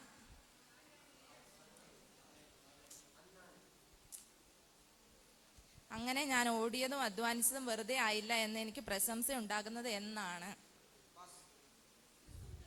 യെസ്, ക്രിസ്തുവിന്റെ നാൾ. ശരി. അടുത്ത ചോദ്യം. അത് ആരോടാ? നിങ്ങളെ സംബന്ധിച്ച് പരമാർത്ഥമായി കരുതുവാൻ തുല്യചിത്തനായി എനിക്ക് മറ്റാരുമില്ല എന്ന് ആരെക്കുറിച്ചാണ് പൗലോസ് പറയുന്നത്? നിങ്ങളെ സംബന്ധിച്ച് പരമാർത്ഥമായി കരുതുവാൻ തുല്യചിത്തനായി എനിക്ക് മറ്റാരുമില്ല എന്ന് ആരെക്കുറിച്ചാണ് പൗലോസ് പറയുന്നത്? തിമോത്തിയോസ്. സമയത്തിൻ്റെ പരിമിതി മൂലം ചോദ്യം നിർത്തുകയാണേ. ഒരു കാര്യം പറഞ്ഞോട്ടെ. ഒരാഴ്ചയിൽ നിങ്ങൾക്ക് വായിക്കാൻ 4 അധ്യായം തരുന്നത്. നമുക്ക് എത്ര സമയമുണ്ട്? ഇതിപ്പോൾ ഈ ഇവിടെ ഇരിക്കുന്ന എല്ലാവർക്കും വായിക്കാൻ പറ്റുന്ന കാര്യം. വളരെ സങ്കടമുണ്ട് ഈ കാര്യത്തിൽ. കാരണം നിങ്ങൾക്ക് എല്ലാവർക്കും മൊബൈൽ ഫോണുണ്ട്. എല്ലാവരുടെയും മൊബൈൽ ഫോണിൽ ഈ അധ്യായങ്ങളുണ്ട്, ബൈബിളുണ്ട്. ഒരു ദിവസം നിങ്ങൾ 10 മിനിറ്റ് ഒരു അധ്യായം വായിച്ചാൽ മതി. ചോദിച്ച ക്വിസ് മാസ്റ്റർക്ക് 3 point, A team 1 point, B team 6 point. നമ്മുടെ പഠനത്തിൻ്റെ ഒരു ധാരണയാണിത്. കറക്റ്റ് 10 ചോദ്യം മാത്രമേ ഇട്ടുള്ളൂ. ഈ 10 ചോദ്യത്തിൽ 6 പോയിന്റാണ് ബി ടീം നേടിയത്. അതും ചുരുക്കം ചില ആൾക്കാർ മാത്രമേ. ഞാൻ ശ്രദ്ധിക്കുന്നുണ്ട്. നമുക്കൊരാഴ്ചയിൽ ഒരു 2 ആഴ്ച കൂടുമ്പോൾ CA വരിക. 4 അധ്യായം കൊടുക്കുന്നത്. പ്രായമുള്ള മാതാപിതാക്കൾക്കും വായിക്കാം. എല്ലാവരുടെയും മൊബൈലുണ്ട്. എല്ലാവർക്കും മൊബൈലിൽ ബൈബിളുകൊണ്ടാണ് ഇവിടെ വായിക്കാനും പറ്റും. അതുകൊണ്ട് ഇത് ചെറുപ്പക്കാർക്ക് മാത്രം വന്ന് ടാർഗറ്റ് ചെയ്തിട്ടില്ല. അത് പ്രത്യേകം ശ്രദ്ധിക്കുക. ഓക്കെ, അടുത്ത പ്രോഗ്രാം, സ്പെഷ്യൽ പ്രോഗ്രാം ആൽഡിനോ. ആക്ഷൻ സോങ് ഇവിടെ തന്നിരിക്കുന്ന ആക്ഷൻ സോങ് ആൽഡിനോ ആണ്. ഒലീവിയൻ്റെ ബാ.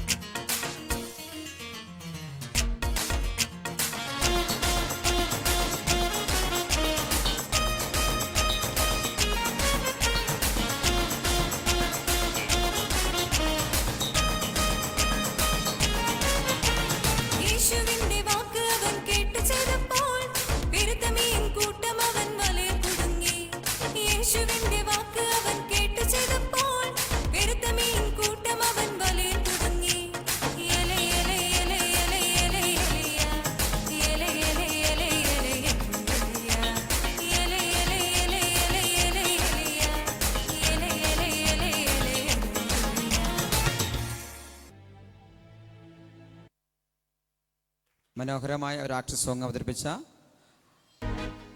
മകൾക്ക് ആശംസകൾ അർപ്പിക്കുന്നു. അടുത്തതായി നമ്മുടെ ഒരു പ്രോഗ്രാം, ഒരു സ്പെഷ്യൽ പ്രോഗ്രാമാണ് സിയോണ. സുനിൽ വേഗം വരൂ. ഇതിനുശേഷം വാശിയേറിയ വാക്യ മത്സരമാണ്. രാജനച്ചായനും ജസ്വിനും മനീഷ് ബ്രദറും.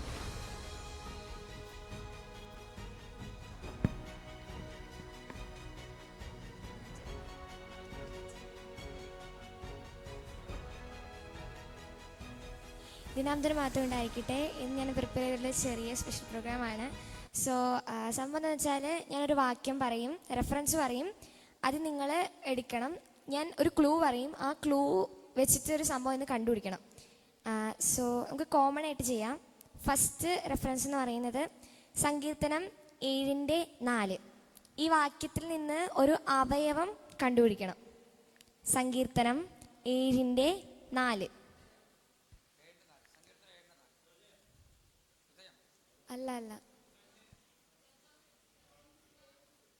അല്ല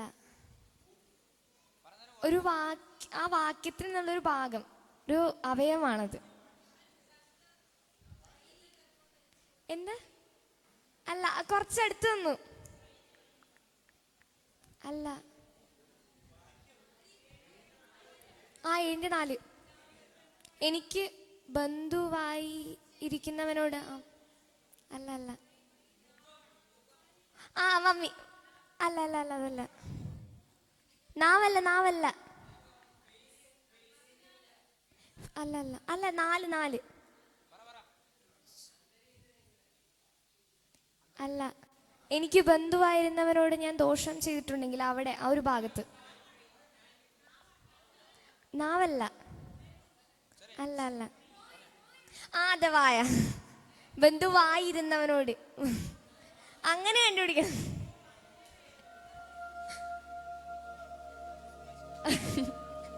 മനസ്സിലായി വിചാരിക്കുന്നു. അപ്പം അക്സിക്ക് രണ്ടാമത്തെ ക്വസ്റ്റ്യൻ, സങ്കീർത്തനങ്ങൾ 25:16. എളുപ്പമാണ്. ക്ലൂ ഒരു ധാന്യം കണ്ടുപിടിക്കണം. നല്ല എളുപ്പമാണ്. 25:16. അതെ, ആരെ ഫസ്റ്റ് പറഞ്ഞേ? ഫെബി. അരിഷ്ടം, അരി. ഗ്രെയിൻ അരി. മൂന്നാമത്തെ ക്വസ്റ്റ്യൻ, ഇരമ്യാവ് 31:22. ഇരമ്യാവ് 31:22. ക്ലൂ ഒരു പക്ഷിയാണത്. 1:22. അതന്നെ, ഗിനി. വിശ്വാസത്യാഗിനി. നാലാമത്തെ ക്വസ്റ്റ്യൻ, സങ്കീർത്തനം 27:4. ക്ലൂ അതൊരു വൈറസ് ആണ്. 27:4.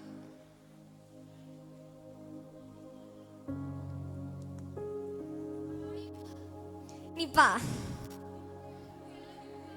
ധ്യാനിപ്പാൻ, ഏഞ്ചൽ. അടുത്ത അഞ്ചാമത്തെ ക്വസ്റ്റ്യൻ, ഇരമ്യാവ് 31:17. ക്ലൂ ഒരു മരം. ഇത് കുറച്ച് ടഫ്.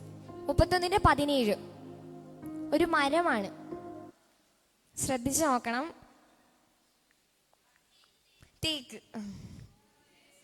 തേക്ക്.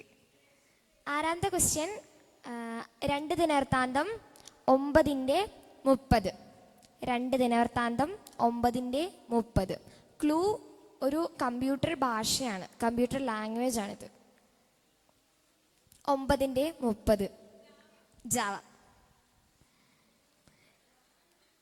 ഏഴാമത്തെ ക്വസ്റ്റ്യൻ, 1 രാജാക്കന്മാർ 3:9. 1 രാജാക്കന്മാർ 3:9. ഇത് ക്ലൂ പക്ഷിയാണ്. കിട്ടുമെന്നറിയില്ല, എന്നാലും നോക്കി നോക്കൂ.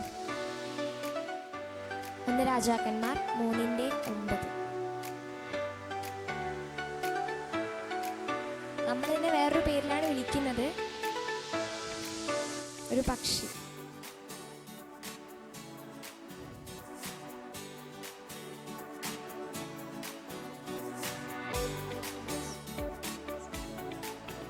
ഗുണവും ദോഷവും തിരിച്ചറിഞ്ഞ് ഇതിൻ്റെ ബാക്കിയുള്ള ഭാഗങ്ങളാണ്.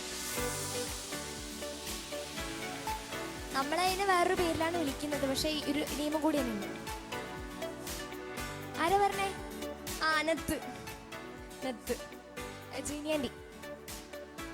8ാമത്തെ ക്വസ്റ്റ്യൻ, അപ്പോസ്തല പ്രവർത്തികൾ 27:29.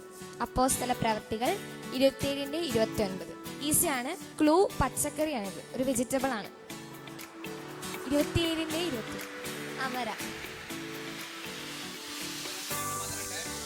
ശ്രദ്ധിക്കുക, ലാസ്റ്റ് ക്വസ്റ്റ്യൻ. 2 വന്ന ആൾക്കാർ, ഒന്ന് ശുഭ, പിന്നെ ഒന്ന് ജീന, പിന്നെ അക്സ.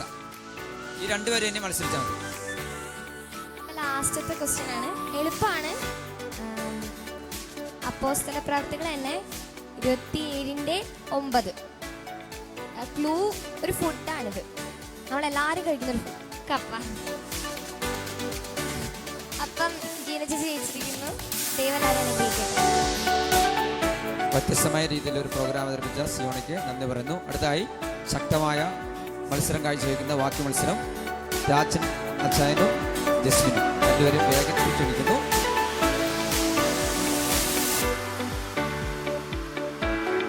തലമുറയിൽപ്പെട്ടവരാണ് ബൈബിൾ വചനവുമായി കടന്നു വരുന്നത്.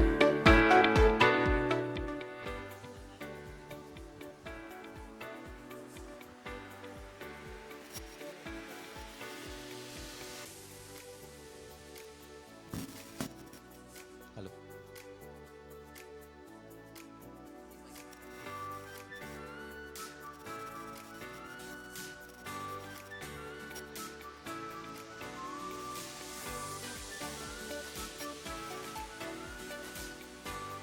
ആദിയിൽ ദൈവം ആകാശവും ഭൂമിയും സൃഷ്ടിച്ചു. Give thanks to the Lord, for his love endures forevermore. Psalms 136:1. ആദിയിൽ വചനം ഉണ്ടായിരുന്നു, ആ വചനം ദൈവത്തോടുകൂടെ ആയിരുന്നു, വചനം ദൈവമായിരുന്നു. I lift up my eyes to hills, where does my help come from? Psalms 121:1. ജാതികൾ കലഹിക്കുന്നതും വംശങ്ങൾ വ്യർത്ഥമായി നിരൂപിക്കുന്നതെന്ന് സങ്കീർത്തനം 2:1. My help comes from the Lord who made heaven and earth. Psalms 121:2. ഞാൻ എൻ്റെ കണ്ണ് പർവ്വതങ്ങളിലേക്ക് ഉയർത്തുന്നു, എനിക്ക് സഹായം എവിടെ നിന്ന് വരും? ആകാശത്തെയും ഭൂമിയെ സൃഷ്ടിച്ച യഹോവയിൽ നിന്ന് വരുന്നു. The sun will not strike you by day and the moon not by night. ലംഘനം മറിച്ചും പാപം ക്ഷമിച്ചും കിട്ടിയ മനുഷ്യൻ ഭാഗ്യവാൻ. Behold, bless the Lord, all you servants of the Lord who stand by night in the house of the Lord. ദുഷ്ടന്മാരുടെ ആലോചന പ്രകാരം നടക്കാതെയും പാപികളുടെ വഴിയിൽ നിൽക്കാതെയും പരിഹാസികളുടെ ഇരിപ്പിടത്തിൽ ഇരിക്കാതെയും. Ask and it shall be given unto you, seek and you shall find, knock at the door and it will be opened to you. സങ്കീർത്തനം 1:2. അവന്റെ ന്യായപ്രമാണത്തെ രാപ്പകൽ ധ്യാനിക്കുന്നവൻ ഭാഗ്യവാൻ. The Lord will keep your going out and your coming in from this time forth forevermore. സങ്കീർത്തനം 2:3. മുനാറ്റരീകത്ത് നട്ടിരിക്കുന്നു, തക്ക കാലത്ത് ഫലം കായ്ക്കുന്ന ഇലവടാത്തവുമായ വൃക്ഷം പോലെ ഇരിക്കും. I will lift up my hands into sanctuary and come and bless the Lord. Psalms 134:2. സങ്കീർത്തനം 1:4. ദുഷ്ടന്മാർ അങ്ങനെയല്ല, അവർ കാറ്റുപാറ്റുന്നവർ പോലെ എത്രേ. Blessed is the man who does not walk in the counsel of the ungodly, nor stands in the ways of the sinners, nor sits in the seats of the scornful. ഇതാ സഹോദരന്മാർ ഒത്തൊരുമിച്ച് വസിക്കുന്ന എത്ര ശുഭവും എത്ര മനോഹരവുമായിരിക്കുന്നു. 133 സങ്കീർത്തനം 1 വാക്യം. യേശു കണ്ണുനീർ വാർത്തു.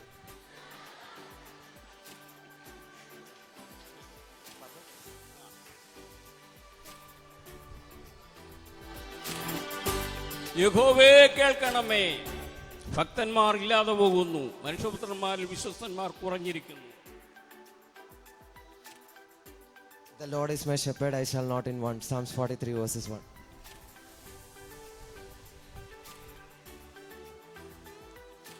ദാനിയേൽ 2:28. രഹസ്യങ്ങളെ വെളിപ്പെടുത്തുന്ന ദൈവം സ്വർഗത്തിലുണ്ട്. എനിക്കൊന്നും വെളിപ്പെടുന്നില്ല.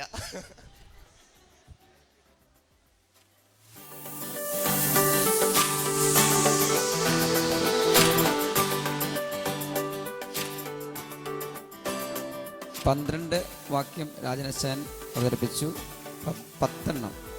11 ജസ്വിനും. എന്തായാലും 2 തലമുറയുടെ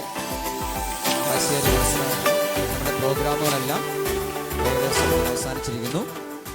എനിക്ക് ഈ പ്രോഗ്രാമിനോടെല്ലാം പറയാനുള്ളത്, എല്ലാവരും ഈ പ്രോഗ്രാമിൽ പങ്കെടുക്കണം. കുറേ ആളുകൾക്ക് ബോറടിക്കുന്നുണ്ടാവും. എന്താ അറിയോ, നിങ്ങൾക്ക് ബോറടിക്കുന്ന ഒന്നാമത്തെ കാര്യം, നിങ്ങൾ ഒരിക്കലും ഒരു പ്രോഗ്രാമിന് പങ്കെടുക്കുന്നില്ല, അതാണ്. അപ്പോൾ കുട്ടികളായിക്കോട്ടെ മുതിർന്നവരായിക്കോട്ടെ എല്ലാവരും പ്രോഗ്രാമിൽ പങ്കെടുക്കും. ഇതൊരു ആത്മീയ ശുശ്രൂഷയാണെന്നുള്ള കാര്യം മനസ്സിലാക്കുക. ഞങ്ങളെല്ലാം ചെറുപ്പത്തിൽ എല്ലാ ദിവസവും ഞങ്ങൾക്കെല്ലാം പറയാൻ ഒരുപാട് കാര്യങ്ങളുണ്ടാവാം. ഞങ്ങളെല്ലാം വളരെയധികം എന്ത് ചെയ്യുന്നു, വില കൊടുത്തിട്ടാണ് ഈ പ്രോഗ്രാമിലെല്ലാം പങ്കെടുത്തിട്ട്. ഇന്നും എന്താണ് രാജനച്ചായനക്ക് ഇത്ര ആവേശത്തോടെ ഒരു വാക്യം പറയുന്നുണ്ടെങ്കിൽ അവരെല്ലാം എത്രമാത്രം ഈ പ്രോഗ്രാമിനെ സ്നേഹിക്കുന്നു എന്നുള്ളതാണ്. തീർച്ചയായും ഈ പ്രോഗ്രാം പങ്കെടുത്ത എല്ലാ പ്രിയപ്പെട്ടവർക്കും ഒരിക്കൽ കൂടി നന്ദി പറയുന്നു. ഇന്ന് ദേവദാസൻ പ്രസംഗിച്ച ഒരു വാക്യത്തിൻ്റെ അവസാനത്തെ ഒരു വാക്യം നിങ്ങൾ കേട്ടിട്ടുണ്ടാവും. ലൂക്കോസ് 22 അവസാനത്തെ വാക്യം അകലം വിട്ട് അനുഗമിക്കുക എന്നൊരു വാക്യം ഉണ്ടായിരുന്നു. ആ വാക്യം ഇങ്ങനെ വായിച്ചുകൊണ്ടിരിക്കുമ്പോൾ എനിക്ക് പെട്ടെന്ന് എൻ്റെ മനസ്സിലേക്ക് ഓടി വന്ന ഒരൊറ്റ ഒരു ചിന്ത പറഞ്ഞ് ഞാൻ അവസാനിപ്പിക്കാം. പത്രോസ് എന്ത് ചെയ്യുന്നു, അകലം വിട്ട് എന്ത് ചെയ്യുന്നു, യേശുവിനെ അനുഗമിച്ചെന്നുള്ളതാണ്. അനുഗമിച്ച ശേഷം അവസാനം പത്രോസ് ചെന്ന് ഇരുന്ന ഒരു സ്ഥലമുണ്ട്. അവൻ അനുഗമിച്ച ശേഷം എന്താണ്, മഹാപുരോഹിതന്മാരുടെ ബാല്യക്കാർ കൂടിയിരുന്ന ഇടത്ത് പോയി ഇരുന്നു എന്നുള്ളതാണ്. നമുക്കറിയാം, അവിടെ ഇരുന്ന ശേഷമാണ് പത്രോസ് എന്ത് ചെയ്യുന്നു, യേശുവിനെ തള്ളിപ്പറയാനും പ്രാകുവാനും യേശുവിനെ ദുഷിക്കുവാനെല്ലാം ചെയ്തത്. 1-ാം സങ്കീർത്തനം അതിൻ്റെ 1-ാമത്തെ വാക്യത്തിൽ വായിക്കുന്നു, ദുഷ്ടന്മാരുടെ ആലോചന പ്രകാരം നടക്കാതെയും പാപികളുടെ വഴിയിലിരിക്കാതെയും പരിഹാസികളുടെ ഇരിപ്പിടത്തിൽ ഇരിക്കാതെയും എന്നുള്ള ആ വാക്യം ഓർക്കുക. ദേവദാസൻ പറഞ്ഞപ്പോൾ എനിക്ക് പെട്ടെന്ന് ആ വാക്യമാണ് ഓർമ്മ വന്നത്. പരിഹാസികളുടെ ഇരിപ്പിടത്തിൽ ഇരുന്നത് കൊണ്ടാണ് യേശുവിനെ തള്ളിപ്പറയേണ്ട ഒരനുഭവവും ജീവിതത്തിലെ ഒരിക്കലും പത്രോസ് മറന്നു പോകാത്തൊരു അനുഭവമായി മാറേണ്ടി വന്നത്. അപ്പോൾ നമ്മൾ ഈ കാലഘട്ടങ്ങളിൽ യുവാക്കളായ മുതിർന്നവരായ വിശ്വാസികളായ നമ്മുടെ ഡോക്ടർ ബെൻ പറഞ്ഞ പോലെ തന്നെ എന്ത് ചെയ്യുന്നു, നമുക്ക് എന്തുകൊണ്ട് ഈ സ്ട്രെസ് നമ്മുടെ ജീവിതത്തിൽ വരുന്നു? നമ്മൾ ഇരിക്കേണ്ട സ്ഥലവും നമ്മുടെ വിളിയും നമ്മുടെ തെരഞ്ഞെടുപ്പും കൃത്യമാണെങ്കിൽ ഈ പ്രശ്നങ്ങളൊക്കെ അതിജീവിക്കാനുള്ള ദൈവിക കൃപ നമുക്ക് ലഭിക്കും. നമുക്കറിയാം, നമ്മുടെ ചർച്ചിൽ അനുകരിക്കപ്പെട്ട 2 ജോലിക്കാരുണ്ട്. നമുക്കറിയാം, ഒരാൾ ഒരു മാനസിക രോഗ വിദഗ്ധനായ ഡോക്ടറും അതുപോലെ തന്നെ നമ്മുടെ കുട്ടികൾക്കെല്ലാം കൗൺസിൽ എടുക്കുന്ന ഒരു കൗൺസിലറുമുണ്ട്. ഇതെല്ലാം നമ്മുടെ ജീവിതത്തിൽ അനുഗ്രഹമാണ്. നമ്മുടെ പ്രിയപ്പെട്ടവർക്ക് അവരുടെ കഴിവുകളെ അവതരിപ്പിക്കാൻ ഒരു അവസരമായി നിങ്ങൾക്കും അത് ഉപയോഗിക്കപ്പെടാൻ കഴിയട്ടെ. ഇത്തരം മാർഗങ്ങൾ നമ്മുടെ സൺഡേ സ്കൂളിനും നമ്മുടെ CA പ്രോഗ്രാമിനും ഏറ്റവും അനുഗ്രഹമായി രീതി മാറുവാൻ തക്കൊണ്ട് കഴിയട്ടെ. നമ്മൾ ഇരിക്കുന്ന ഇടം കർത്താവിന് പ്രിയമുള്ളതാണെങ്കിൽ പത്രോസിനെ പോലെ ഒരു അവസ്ഥ നമ്മുടെ ജീവിതത്തിൽ വരാതിരിക്കാൻ കഴിയട്ടെ.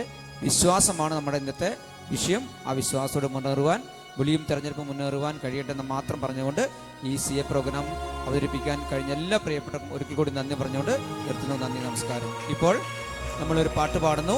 പാട്ട് പാടി ഓഫറിംഗ് എടുക്കുന്നു. ആ ഓഫറിങ്ങിന് വേണ്ടി ജീന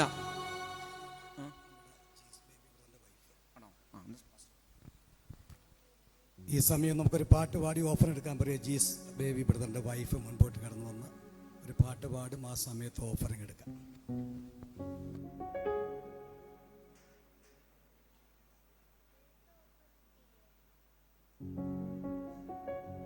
പ്രൈസ് ദി ലോർഡ്. ഞാനിതൊരു തമിഴ് സോങ് പാടുന്നേ. நான் வாழ்ந்தாலும் உம்மோடுதான், மரித்தாலும் உம்மோடுதான், வாழ்ந்தாலும் உம்மோடுதான், மரித்தாலும் உம்மோடுதான். உமக்காகத்தானே உயிர் வாழ்கிறேன், உம்மை தானே நேசிக்கிறேன். உமக்காகத்தானே உயிர் வாழ்கிறேன், உம்மை தானே நேசிக்கிறேன். வாழ்ந்தாலும் உம்மோடுதான், மரித்தாலும் உம்மோடுதான். நான் வாழ்ந்தாலும் உம்மோடுதான், மரித்தாலும் உம்மோடுதான்.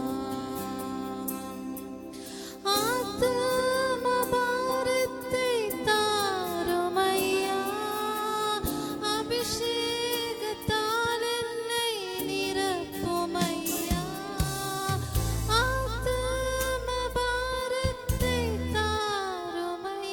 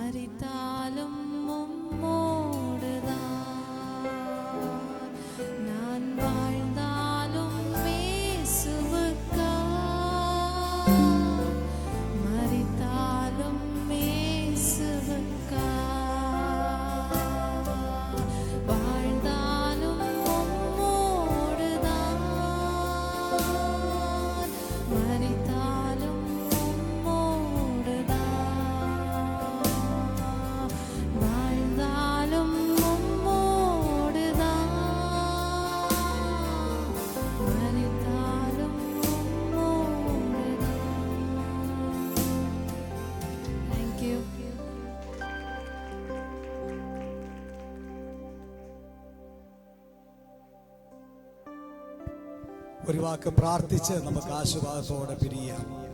ഇത്രത്തോളം ദൈവം സഹായിച്ചതിനായിട്ട് എല്ലാം ദൈവത്തിന് നന്ദി പറയാം. സ്വർഗീയ പിതാവാം ദൈവമേ, ഞങ്ങളുടെ ആരാധനയോട് ചേർന്ന് ഈ CA പ്രോഗ്രാം നടത്തുവാൻ സ്വർഗത്തിലെ ദൈവം നൽകി തന്ന നല്ല അവസരത്തിനായിട്ട് സ്തോത്രം. ഇന്നത്തെ ഈ പ്രോഗ്രാമിൽ പങ്കെടുത്ത എല്ലാവരും കർത്താവ് അനുഗ്രഹിക്കണമേ. അധ്യക്ഷനായിരുന്ന പ്രിയ സുനിൽ മാഷക്കാട് സ്തോത്രം. നിന്റെ മകനെ ദൈവം ബലപ്പെടുത്തിയല്ലോ.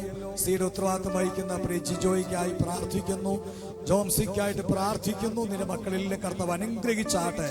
ഈ സഭായോഗത്തിൽ പങ്കെടുത്ത എല്ലാവർക്കുമായിട്ട് സ്തോത്രം. എടുക്കപ്പെട്ട സ്തോത്ര വഴിപാടിനെ കർത്താവ് അനുഗ്രഹിക്കണം. മടക്കയാത്രയിൽ കൂടെ ഇരിക്കണം. ഒരു കുടുംബത്തിലും ഈ ആഴ്ചകളിൽ ഒരനർത്ഥങ്ങളോ ഭാരങ്ങളോ പ്രയാസങ്ങളോ സംഭവിക്കാതെ ജയകരമായ ജീവൻ നയിപ്പാൻ ഞങ്ങൾക്ക് എല്ലാവർക്കും കൃപ നൽകിയാട്ടെ. സമാധാനത്തോടെ മടക്കി അയക്കണം. മുഴുവൻ മഹത്വം അങ്ങേക്ക് അർപ്പിക്കുന്നു. ക്രിസ്തുയേശുവിൻ വിലയേറിയ നാമത്തിൽ തന്നെ. കർത്താവ് പ്രാർത്ഥന കേട്ടതിനായിട്ട് സ്തോത്രം ചെയ്യാം. നമ്മുടെ കർത്താവ് രക്ഷിതാവുമായ യേശു ക്രിസ്തുവിന്റെ കൃപയും പിതാവാം ദൈവത്തിന്റെ സ്നേഹവും നമ്മെ ആശ്വസിപ്പിച്ച് വഴി നടത്തുന്ന പരിശുദ്ധാത്മാവിന്റെ നിരന്തരമായ കൂട്ടായ്മ സഹവാസവും കാവലും നാം ഏവരോടും ഓർത്ത് പ്രാർത്ഥിച്ച സകല വിഷയത്തോടുകൂടെയും ഇപ്പോഴും എപ്പോഴും എന്നേക്കും ഇരിക്കുമാറാകട്ടെ. അറക്കപ്പെട്ട കുഞ്ഞാടിന് മഹത്വം. ഹല്ലേലൂയ, ഹല്ലേലൂയ, ഹല്ലേലൂയ. ആമേൻ. കർത്താവ് യേശുവേ, വേഗം വരണമേ. ആമേൻ, ആമേൻ, ആമേൻ. എല്ലാവരും കർത്താവ് അനുഗ്രഹിക്കട്ടെ. സമാധാനം.